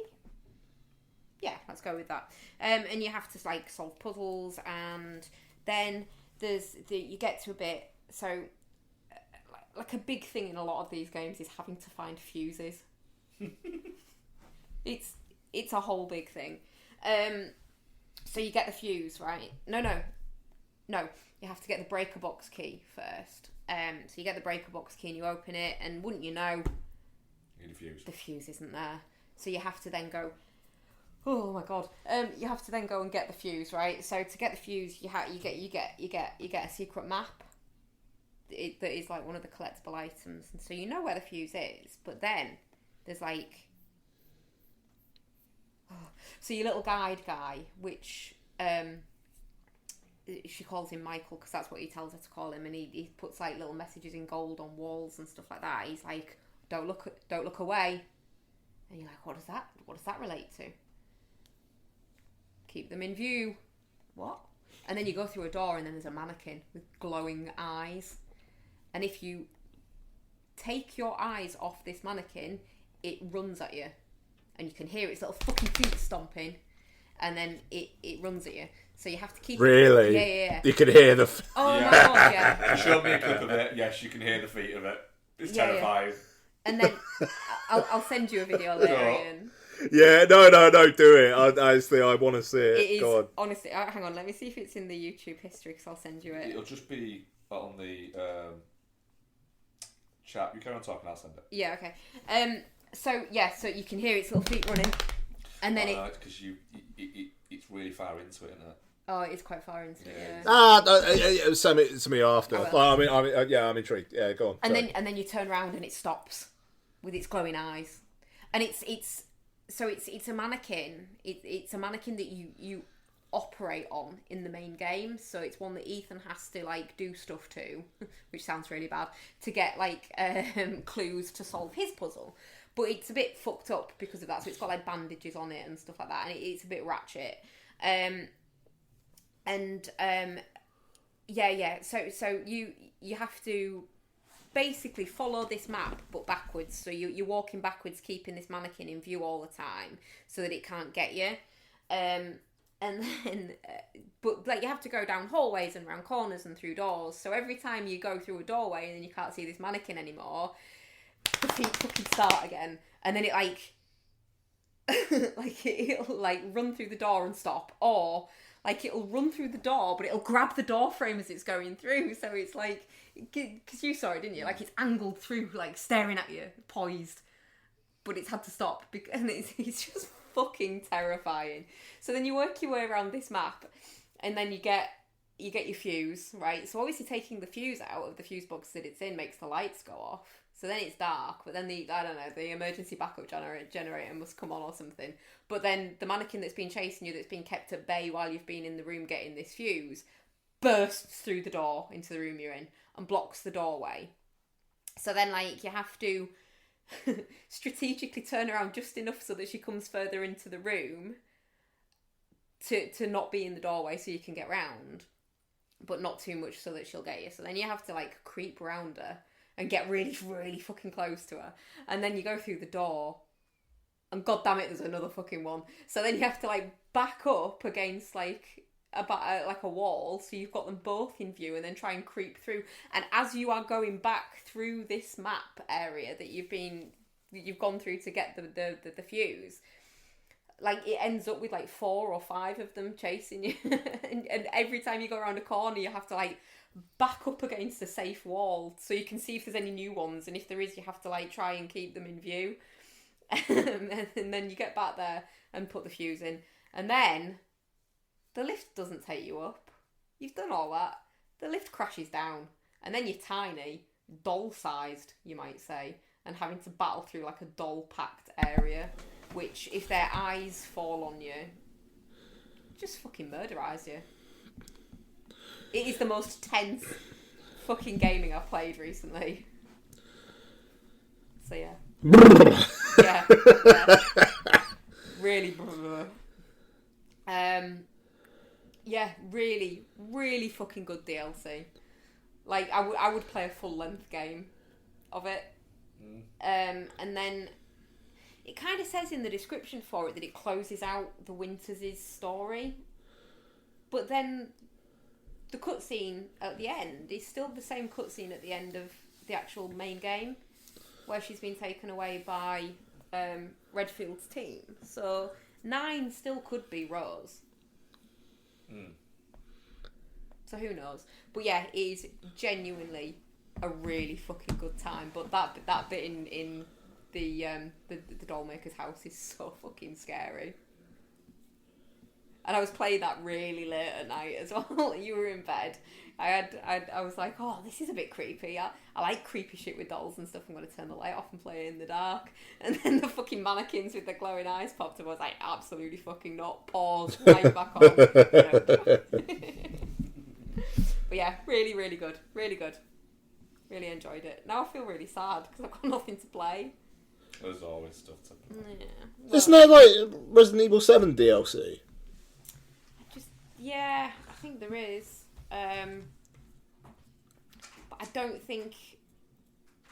It doesn't sound as intriguing as this. Like, I wouldn't mind giving a go to the one where it's... the one with Zoe, where her uncle is trying to save Zoe. That one sounds quite interesting. But I think Shadows of Rose has just set the bar too fucking high for DLC now. No, hopefully you get RE9 this year. We'll see. Yeah. It's about time. It's been a while now. Like, what was the last one? Was it 4 or was it Village? 4, I think. Because that was a few years back now, wasn't it? I've still not played that, you know. You've not played the remake of 4? No. I know it's not as horror, but dude, maybe give that a go. That's like easy another like 15-20 hours. Yeah, I know. Do you know what? I started replaying fucking number 3 after I'd finished Shadows of Rose, and it's so much more combat based than 7 and 8. Like 2 and 3 are so much more shooty, and it's like I don't know whether it's I can be funny. arsed with Nemesis. Because I couldn't even get through 2, but I beat 3. Oh, I'll do it. It's just... We've got 4. Have we? Yeah. It looks real good on PS5 as well. Yeah. Oh, mate, like, considering how into Resident Evil you are, my issue is I remember playing it when it first came out and really not liking it. But I don't know whether I'm actually thinking of Resident Evil 5 that I really didn't like. 5's the one set in Africa. Is what's his chops a bad guy in 4? It does depend on Wesker. who What's His Chops is. Wesker. In 4? Yeah. Or is I he don't in think 5? he's in 4. Maybe I'm thinking of 5 then. Wesker, Resident Evil 4. I'm just going to Google it and see if anything comes. No, he's not. Chris learns that he must confront his past in the form of an old enemy, Albert Wesker. That's 5. So I think it was 5 I didn't like. He fucking teleports around everywhere like a cunt. I beat that one. You what? I beat that one. Fuck off, you. Yeah, you did actually. Yeah. To fucking step in, didn't I? Fuck off. Step in But and no. fucking finish it. Play 4. If Okay. you don't have it, it's cheap now. Well, we do have it apparently. If you There you haven't go. fucking bought it, have you? That's not why we have it. Yeah, alright. Well, I can't do I it. didn't drunkenly buy it for you sometime, did I? It's on PSN. Okay, I definitely didn't do that then. And that's I bought God of War for Mark that Yeah. he didn't play. And what did I buy you, Bex? Control. No, that one. Which you didn't play. I just haven't played it yet. I will play it. I'm being a dick, I'm sorry. It's just very confusing. There's the PS5, if you're on PlayStation Plus Extra, there's a PS5 version which looks better and runs better. Of Control. Yeah. I think we've got it downloaded at the moment, haven't we, Bex? I think so, yeah. Oh, speaking of gifts though, Ian, what do you reckon to my picture? Oh, it looks banging, dude. Yeah, I'm so glad I don't remember buying that for you. What have you been watching, Ian? So first off, I'm going to do a little bit of what we've been playing because we're running long, but fuck it if that's okay. Yeah, absolutely. I've only got to what I've been watching, so I've got 1 playing, 2 watching. Nice.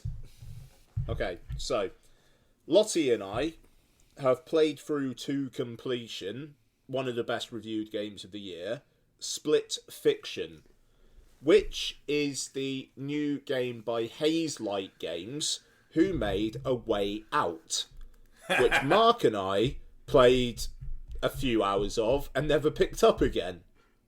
Was that the one with the fishing? Yes, isn't it? It is, yeah. Yeah.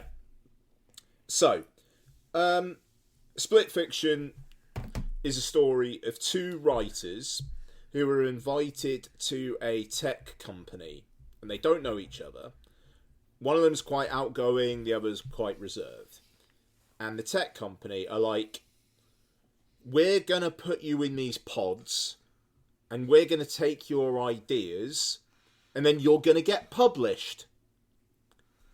And like most of the people like submit to it, and then these 2 are there, and one of them's like, well, what do you mean you're going to take our ideas? Like, I'm not too sure about this. And they're like, get in the pod.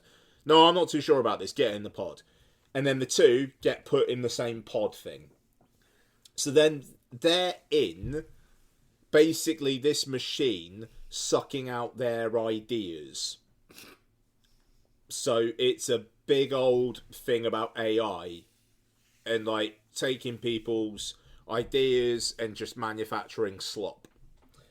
So the game is, you got this one person who's like more into sci-fi and one who's more into fantasy, and they have to crisscross through their own like their ideas to basically try and like save the day, essentially.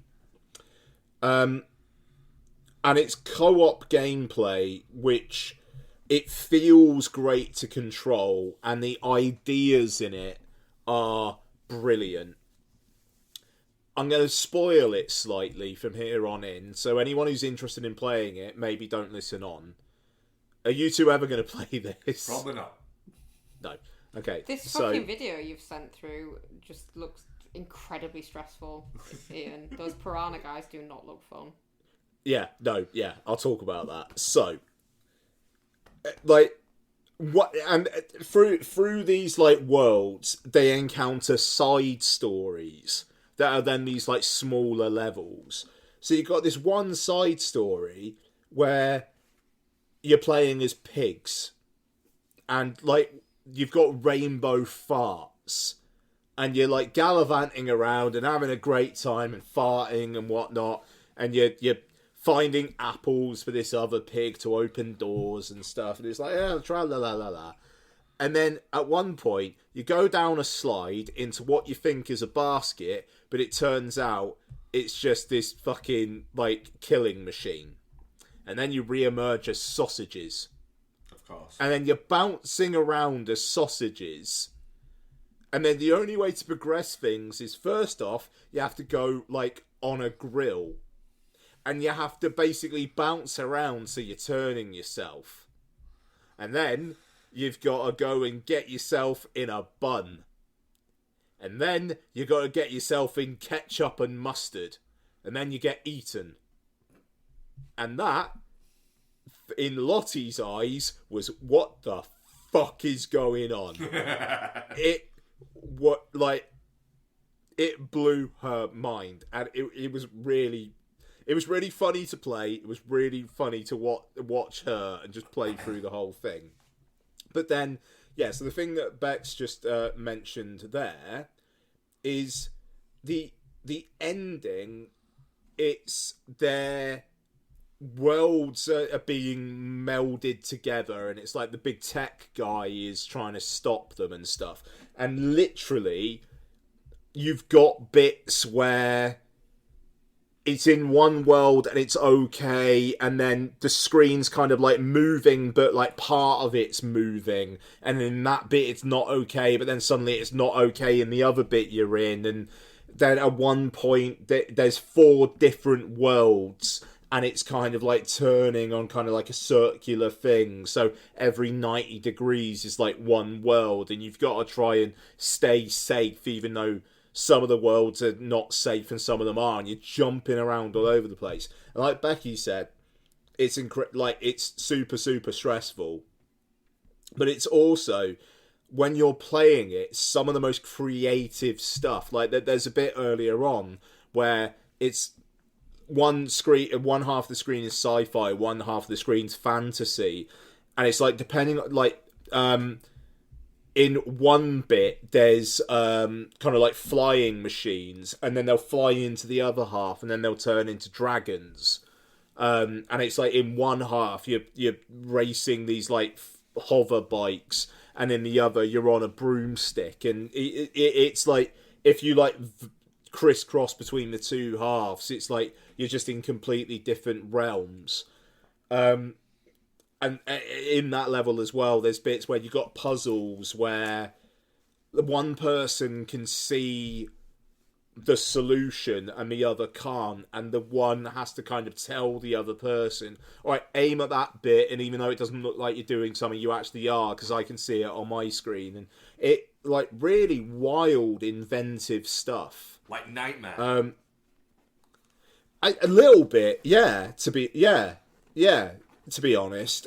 It's like just one of the most creative things I've experienced in I don't know how long.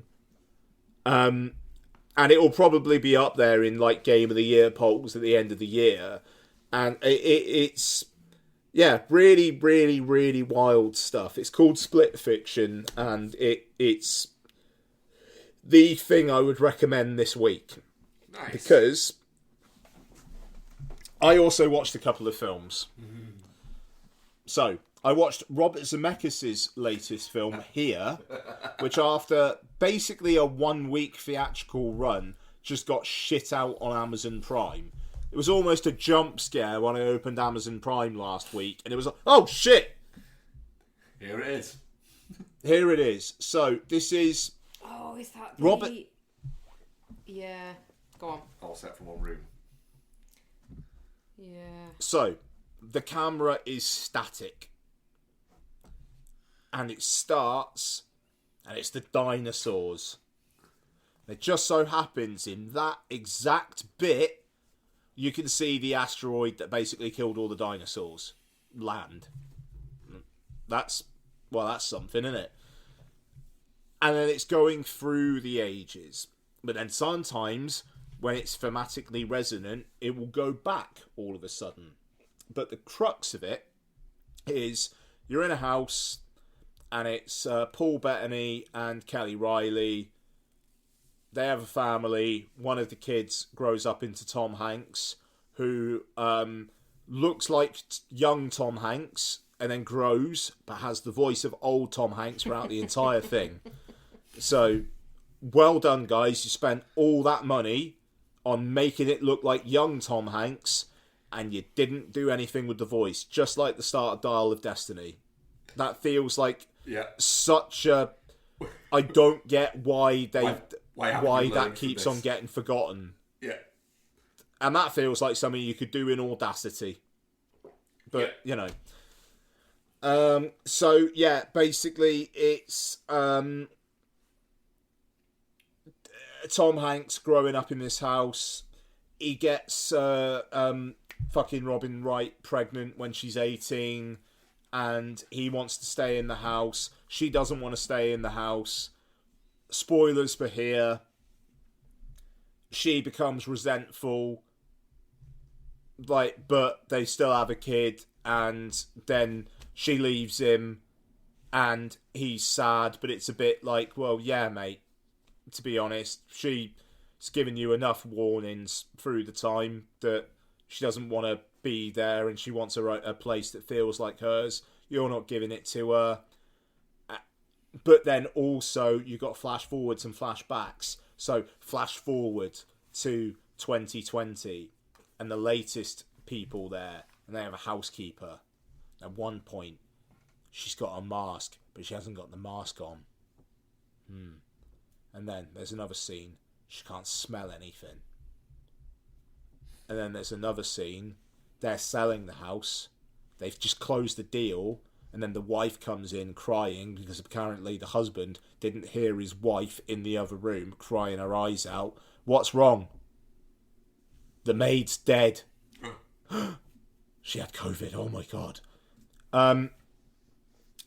There's Paul Bettany being drunk and being embarrassing, and then it fast forwards to a completely random scene where the new people in the house are the dad's giving the son a talk about how to act when police stop you because you're black.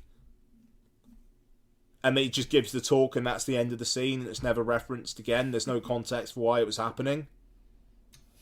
And it's so wanting to be, this is what it is to live life. It wants to be so profound. But then it's also got an entire sub-story about how this house was apparently the house in which the guy who invented the lazy boy, but kept on calling it the relaxy boy, and just shagged his hot wife in it loads. Fair. Good way to use a chair. Yeah.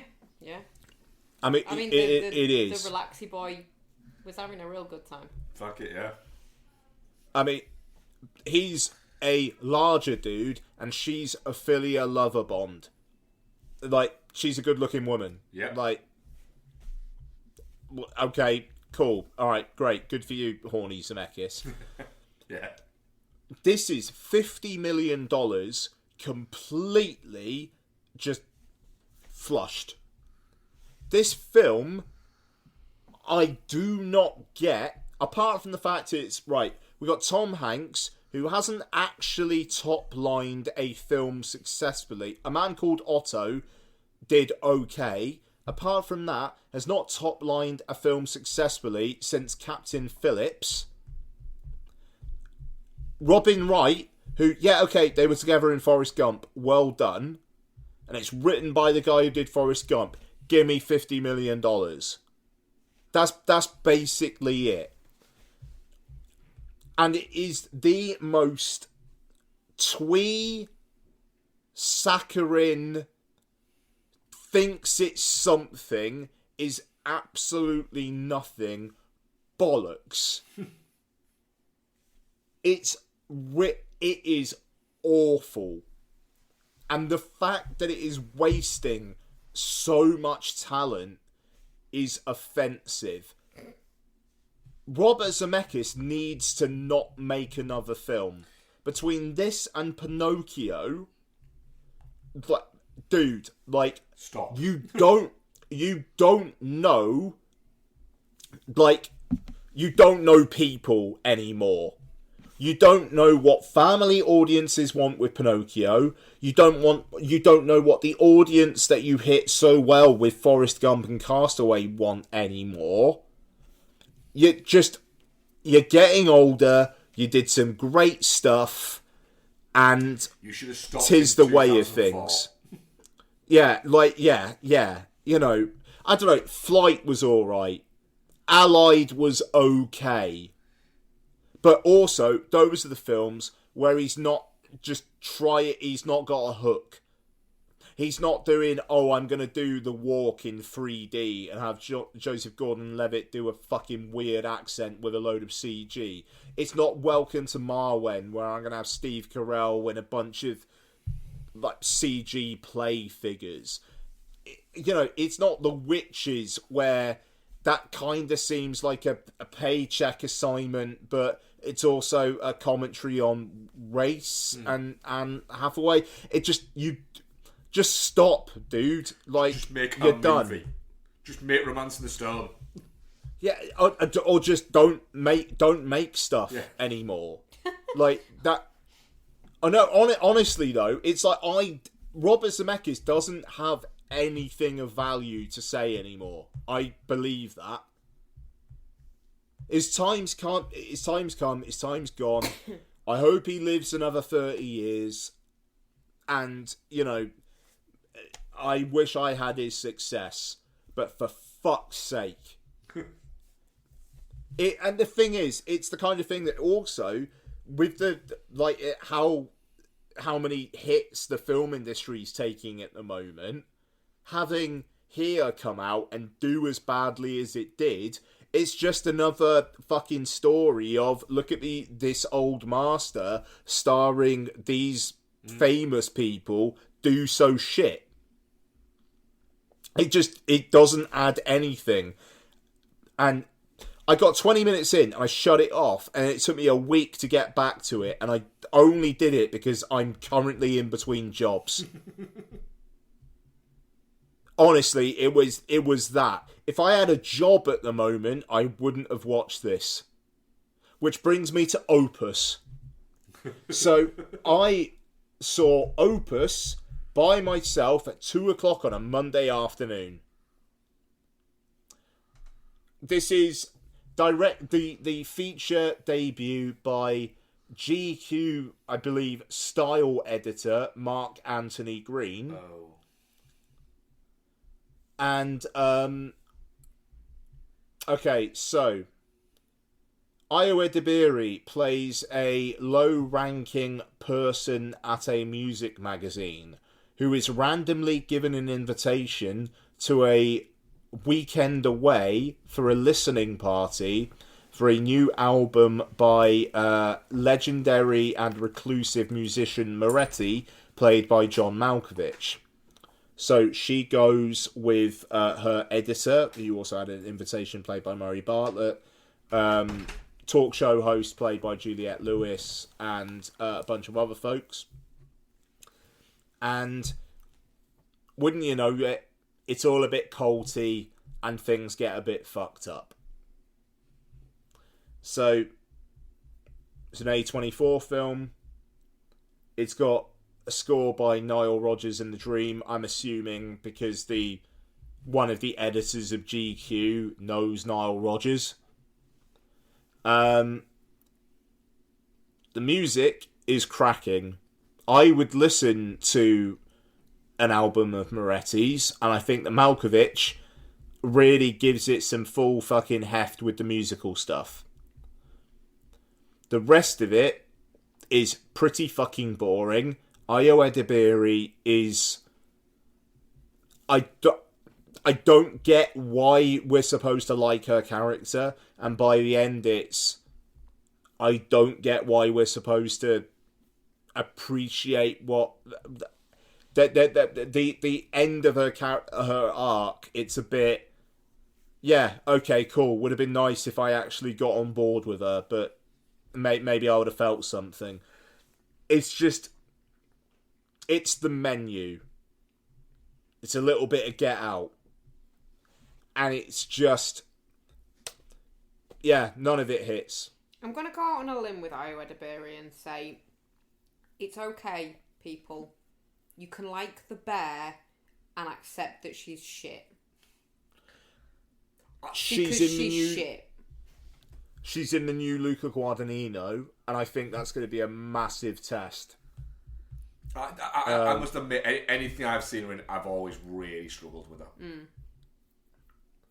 It's the thing is, I haven't brought this podcast up for a couple of weeks. I feel like she's been a guest on Blank Check, and she's really good on that, and she knows her fucking movies, and she seems like a force for good. But this, it feels like she's not fucking trying. And yeah. Man, it's a real swing and a miss, his Opus. But John Malkovich is at least going for it. That's something. But honestly, that's Malkovich's thing, innit? He's always going for it. There's a revelation. There's something that happens towards the end. I will say, Amber Midthunder is in this from Prey. Wordless performance, unless I had to skip out for 5 minutes because it was a job-related phone call that I had. They called me. It wasn't like I scheduled it in the middle of the film. But so maybe I missed something. But Amber Midthunder, I think, doesn't say a single thing in this.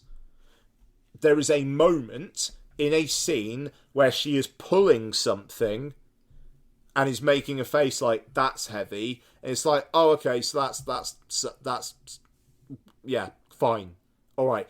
And it's just this really telegraphed stuff. Like, there's a moment with security cameras, and if there's a bunch of them on screen at the same time, and if you look over to one of them that's not being focused on, you see something, it's like, oh, fuck off. Like, it's... And the actual what's happening is really boring. It's really boring. Like, the tagline for this film is like, the worst cult is celebrity. And it's like, alright, fine. There you go. That is actually the film. And, yeah, it's really fucking boring. But Malkovich, like, doing some songs composed by Nile Rodgers, good stuff. There you go. Right, cool. That's me. I'm done. Twitter questions. Oh, let's have a look. Or Instagram questions. I did have them up, yeah. But then I got rid of them. Here we go. Right. Oh, so I just rearranged my bags. Break with a couple of packs of Rich Tea biscuits. There we go. Andrew says, would it be possible one day for a retired Soderbergh to release a film a month? Maybe. He would if he could. Maybe. It might be, yeah. So we've got another Steven Soderbergh related question coming up.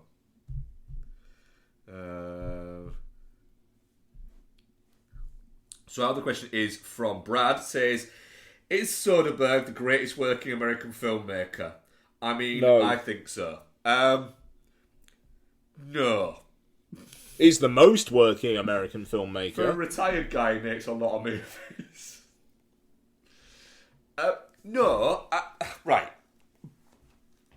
Because my reasoning for that is he's made some very, very good films.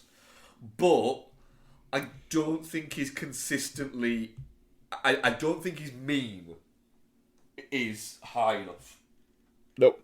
You know, just a little bit of like the Woody Allen thing of, like, just because you can make a movie doesn't mean you should. His meme's probably like 3.5. Yeah.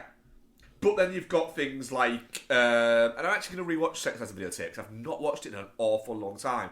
But like things like Traffic are in there, and Ocean's 11 is in there. But then you've also got, and, Magic Mike is very good. I remember really enjoying Side Effects. High Flying Bird, I think we all quite like. But then you've also got some just like real in there as well. I will say, High Flying Bird, really good airplane film. Yeah, I could see that actually. Yeah, that and Draft Day, I think, would be a good like little double bill on an airplane. A bow 5 done on an airplane. Yeah, there you go. But yeah, for me, just not quite. And my other bit there would be that statement, and this is a purely personal opinion. That statement when Martin Scorsese is still making movies feels like it's a little bit of a cheat, and you have to put that in a pantheon. And you've got to pick somebody else. Yeah, but I mean, like in terms of greatest American filmmaker, even if it was like someone who's in their 40s or 50s, I don't Fincher, Paul Thomas Anderson, Yeah. Tarantino.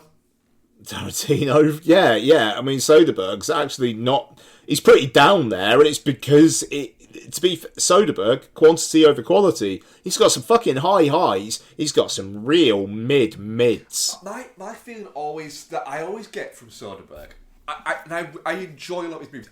I do feel like he becomes disinterested halfway through the movie. Like, In Presence, I feel like he got disinterested after the idea. yeah, and it's just. In Bex, back me up there. Yeah. Yeah. I think he's got another one that might actually be coming out this year. Presence 2. This time Boogaloo. from... Yeah, there you go. Yeah. He's got another film that he's shooting now that he hopes to have out later on this year. And it just feels a little bit like... What's the last good film that he made then, would you say? Well, I'd Black be Bag. like, so... Yeah, alright, Yeah. yeah. If you take Alright, that no out of sudden the move. equation- Oh, Kimmy was Kimmy good. was good, yeah. Was it? I enjoyed Kimmy. Yeah, Kimmy's alright, man. Yeah, but did you guys like it because of the Zoe Kravitz of it all, or because it was actually a good film? It was quite a good film. Oh, okay. But then, yeah, there's a lot of just like... But then I'm looking through it, and like, The Laundromat, Let Them All Talk, I know some movie I actually forgot existed until I looked at this. And that's the thing is... It does make a lot, doesn't it? It does, yeah. But if you just... I mean, like, I'd say that Behind the Candelabra was really good. But yeah, I did really like that. And Contagion is really good. For But me, then behind also... Oh, Look, I'm Lucky's not bad. Yeah, there's a lot of... There's probably more good... There's definitely more good in there than there is bad. But then there's just... There's some bits that just feel real kind of like... low effort. I don't think he's a filmmaker who has challenged himself for a very long time. He plays it safe a lot. But if you... I don't know. I don't necessarily agree that he's particularly good, but if he's doing things and using techniques that he thinks are interesting and it's just like people are letting him do it, why would you not? I don't know whether he's using techniques that he thinks are interesting or whether or not he's just like, this is a gimmick I can get away with now. Yeah, maybe. My thing there is when people go, oh, it was all shot on an iPhone. Using what lenses? Yeah. Because it wasn't all shot. Yes, it was shot on an iPhone, but it wasn't just like the fucking cameraman's just like holding the phone. There's different lenses and there's all sorts of fucking shit going on. So there's a little bit of come on there. There's a little bit of the Bart school meme to it. But I wouldn't score if somebody said that they were like I was saying there that he thinks it could be his favourite living American filmmaker. I wouldn't be able to say you're a fucking idiot and no, it's not. Stop being silly, because I could see why people, if they get into that if it taps them in that particular way, why they could just get along with it, because he does have a style. Yeah. Sure. But my thing there is, just because someone can make a film doesn't mean to say they should, in the same way as just because it's never been easier to technically shoot a film, not saying make a film, doesn't mean it's a good thing. Filmmaking should be quite difficult in a lot of ways. Because that's how you get skill and craft. Well, yeah. Yeah, definitely. You know, making things easier for people to do means that lazier people will do it. Yeah. It's not that it becomes more People with accessible for less to people to say. do. It will be people with less talent can do it. And that swings us back round to Baby Invasion. Oh, you missed that, Bex. So what? You don't need to know. Okay. So yeah, that was it for questions. What are we covering next week? There's a film out. Hi ho! It's off to work we go. No. We're with a review. No. All right. Well, instead, we're going to review the tracking to open to less than 10 million in the US. Shit out by Warner Brothers. Costs far too much. Let's see how it goes. De Niro, Alto Knights. I'm looking forward to this because it's De Niro. So I mean, so I'm looking forward to it because it's De Niro as well. But man, things ain't looking great for that one. I mean, you know, that film being directed by Barry Levinson. Barry Levinson does not have an awful lot of luck in the past. Well, I'm going to say 30 years. Yeah, so there we are. Alto Knights, look forward to that. I'm going to watch Electric State as well, so we'll talk more about that. Yes, we'll talk more about Electric State. Okay, I'm gonna there we are. Find a game to play. The most recent 2 Fatal Frames are on PlayStation Store, so that might get some action. Or Resident Evil 4, because Resident you're Evil 4. such a big fan. Yeah. Yep. Right, there we are. We have run very long, and I'm sure Mark and Becky are hungry. So, Mark, thank you very much. Thank you very much, Ian. Becky, thank you very much. Thank you very much. Audience, go fuck yourselves. Good night. Bye. Bye. Bye.